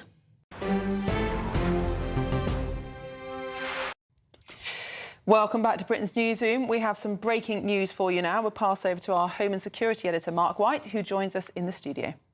Yeah, this is an incident that has unfolded at a mosque in Manchester during Ramadan prayers, because it is the holy month of Ramadan at the moment as well, where a man carrying multiple weapons, including an axe, had entered that mosque. The suspect, who's a white man in his 40s, was arrested by the police. Now, this happened, we're told, at 8:40 last night, so 20 to 9 last night that this incident unfolded. As I say, the suspect was arrested by Greater Manchester Police. In a statement, they've said the mosque said in a statement, serious security incident had occurred during prayers. A white male, they described the person, has entered the mosque wearing a high visibility jacket, carrying a large bag. He was accompanied by a black male, both entering the mosque at the same time. The mosque volunteers, according to the statement, spotted the suspicious bag containing an axe, which was placed into the main hall of the mosque by the assailant. The white male was then escorted to a separate room by volunteers and was found to be carrying multiple other weapons, including a hammer and a knife. He was eventually arrested, as I say, by the police. The Prime Minister has commented on this to say that he's concerned by these reports that have come out at this time. So the situation is being monitored, but we're told that at this stage the police are not treating this incident as terrorism. Interesting. Very interesting, Mark. You'll keep us up to date on that. And there's new news on Peter Mandelson. We just can't... Well, this gets stranger and stranger. Confirmation now coming from the Common Speaker, Sir Lindsay Hoyle, that he was the source, basically, of information to the Metropolitan Police that resulted in the arrest of Peter Mandelson.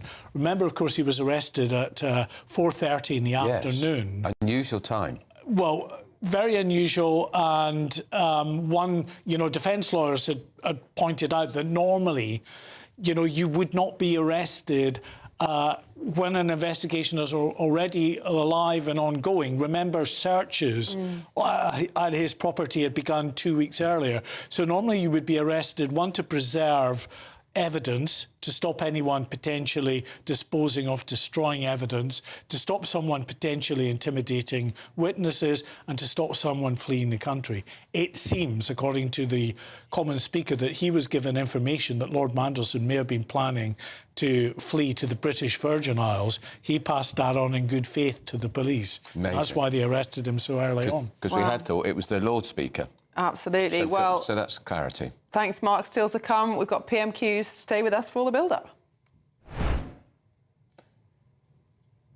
That does make sense. Great, it does.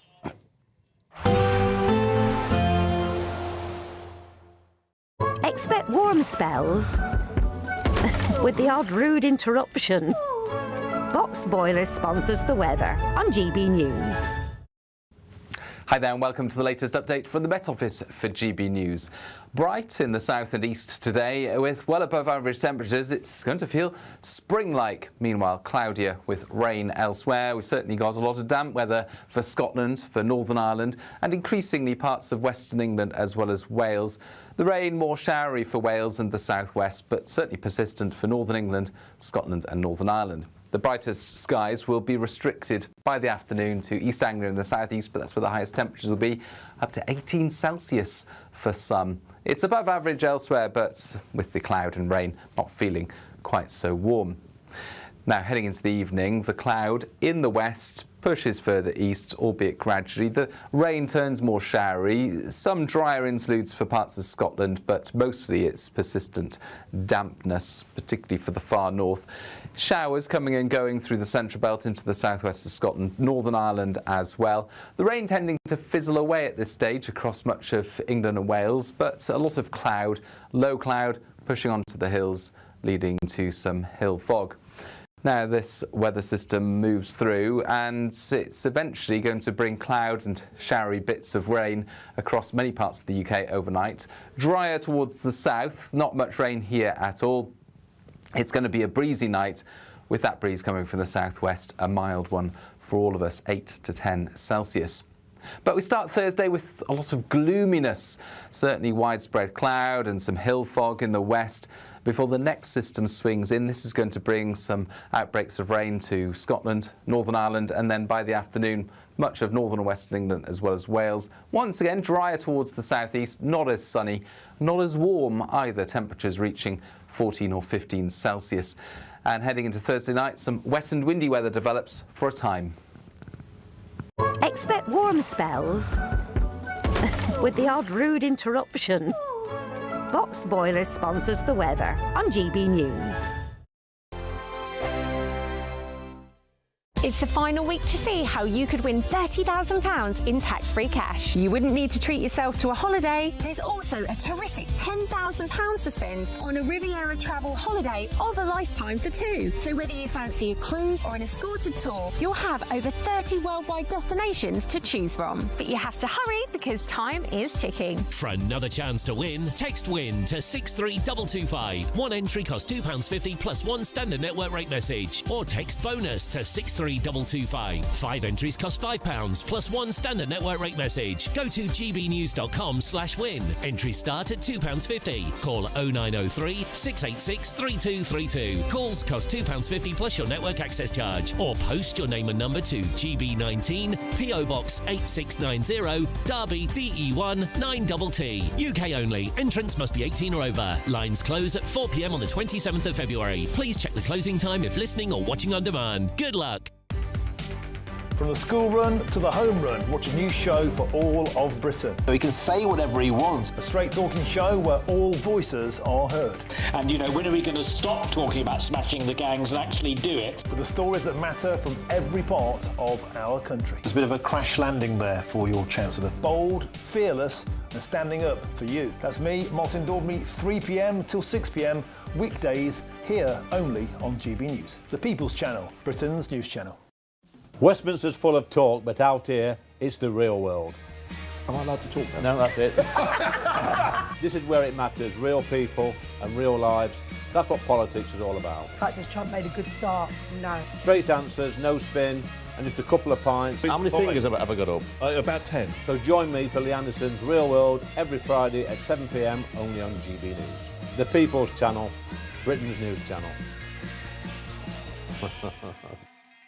No matter the state it's in, this is our nation. Join me, Jacob Rees-Mogg, for a genuine, honest discussion on where we have been, where we are going, and where we are with the people who set the direction. Tune in to State of the Nation every Monday to Thursday, 8 to 9 o'clock, only on GB News.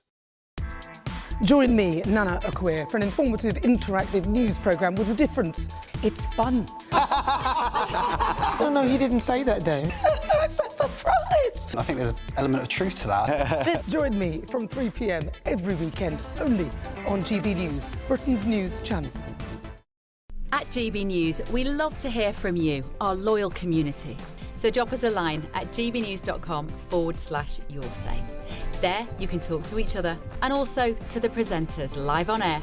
gbnews.com/yoursay, because GB News is your channel, Britain's news channel.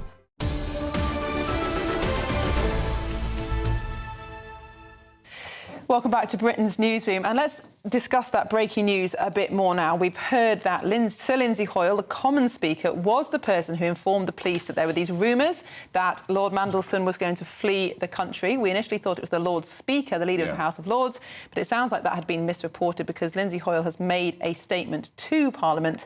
I think we can in fact hear it, actually. We can hear it, so just have a listen now to what the Speaker told MPs. Members will be aware of comments in the media regarding the arrest of Lord Mandelson.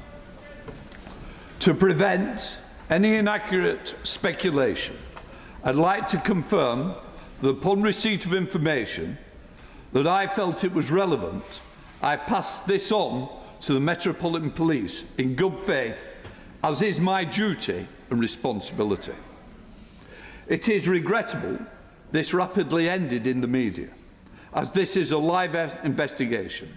Members will understand that it would not be appropriate to make any further comment, and I'd like to caution members from doing so. I don't think, Mark, I've ever heard a statement like that from a Commons Speaker. This is a bit embarrassing. Listen, he says he passed on information in good faith, information apparently which suggested that Lord Mandelson may be preparing to flee the country. It was when that information was passed on. So the thing about Sir Lindsay making that admission is he knows that someone somewhere has obviously leaked the fact that he passed this on. I'm back with you now. Sorry about that. I was just covering for you, Mark. 35 years in broadcast journalism, you think I'd learn to switch the mic on. But yeah, no, there's no doubt. This is embarrassing, I think, for the Commons Speaker. He says he passed on information in good faith, but you know, how credible was this information, a suggestion that Lord Mandelson may have been preparing to flee to the British Virgin Islands? Why would he of go all to places? a British overseas territory where he could be arrested and brought back immediately? Well, you know, you would, looking at the logic of that potential suggestion, would perhaps maybe inform you that it's not really a viable option or something that needed to be passed to the police. However it was, and then we saw what we saw with that 4:30 in the afternoon arrest of Peter Mandelson on Monday, and of course his 9 hours in police custody. He's clearly very angry about that because I think he and his lawyers had thought that at this stage, because the searches already had been underway, they had begun 2 weeks ago. So arresting someone to preserve evidence, to ensure that someone doesn't dispose of evidence, to ensure that someone doesn't intimidate witnesses, to ensure that someone doesn't flee the country, doesn't normally take place in terms of an arrest, because you wouldn't need to do that. So you would make an appointment to turn up at the police station. Mark, we're going to go to Parliament. Prime Minister's on his feet. Barbaric assault. The courage of Ukrainians burns bright. We are extending sanctuary to Ukrainians in their time of need, providing the weapons and aid to support them in their fight for a just peace. We're degrading Russia's economy and planning for a ceasefire that protects Ukraine's sovereignty. That support will never falter. And yesterday, Mr. Speaker, I recommitted to President Zelensky and the Ukrainian people that we stand with them in the fight for freedom, democracy and the values that we all hold dear. Mr. Speaker, let me also congratulate Team GB for their superb performance in the Winter Olympics. They are brilliant ambassadors for our country, and I know the Paralympics GB will also do us proud. Mr. Speaker, this morning I had meetings with ministerial colleagues and others. In addition to my duties in this House, I shall have further such meetings later today. Thank you, Mr. Speaker, and may I associate myself with the remarks of the Prime Minister in respect of Team GB and Ukraine. A great former Prime Minister once said, "You turn if you want to, the lady's not for turning." Like the leader of my party today, she was a leader of principle and backbone. But we know this current government is no stranger to the U-turn. So given that, can I gently tempt the Prime Minister to add one more to the current tally to help get Britain working again by backing the fantastic shops and businesses in Melton Mowbray Town Centre and high streets across my constituency and beyond to succeed and grow by scrapping the government's business rate changes that will hit so many of them hard. Well, it's good to see him in good form, particularly, if I may say so, after his health scare, which he and I have discussed a number of times. He discusses a former leader of his party. He was the former health minister, I think, who presided over record waiting lists.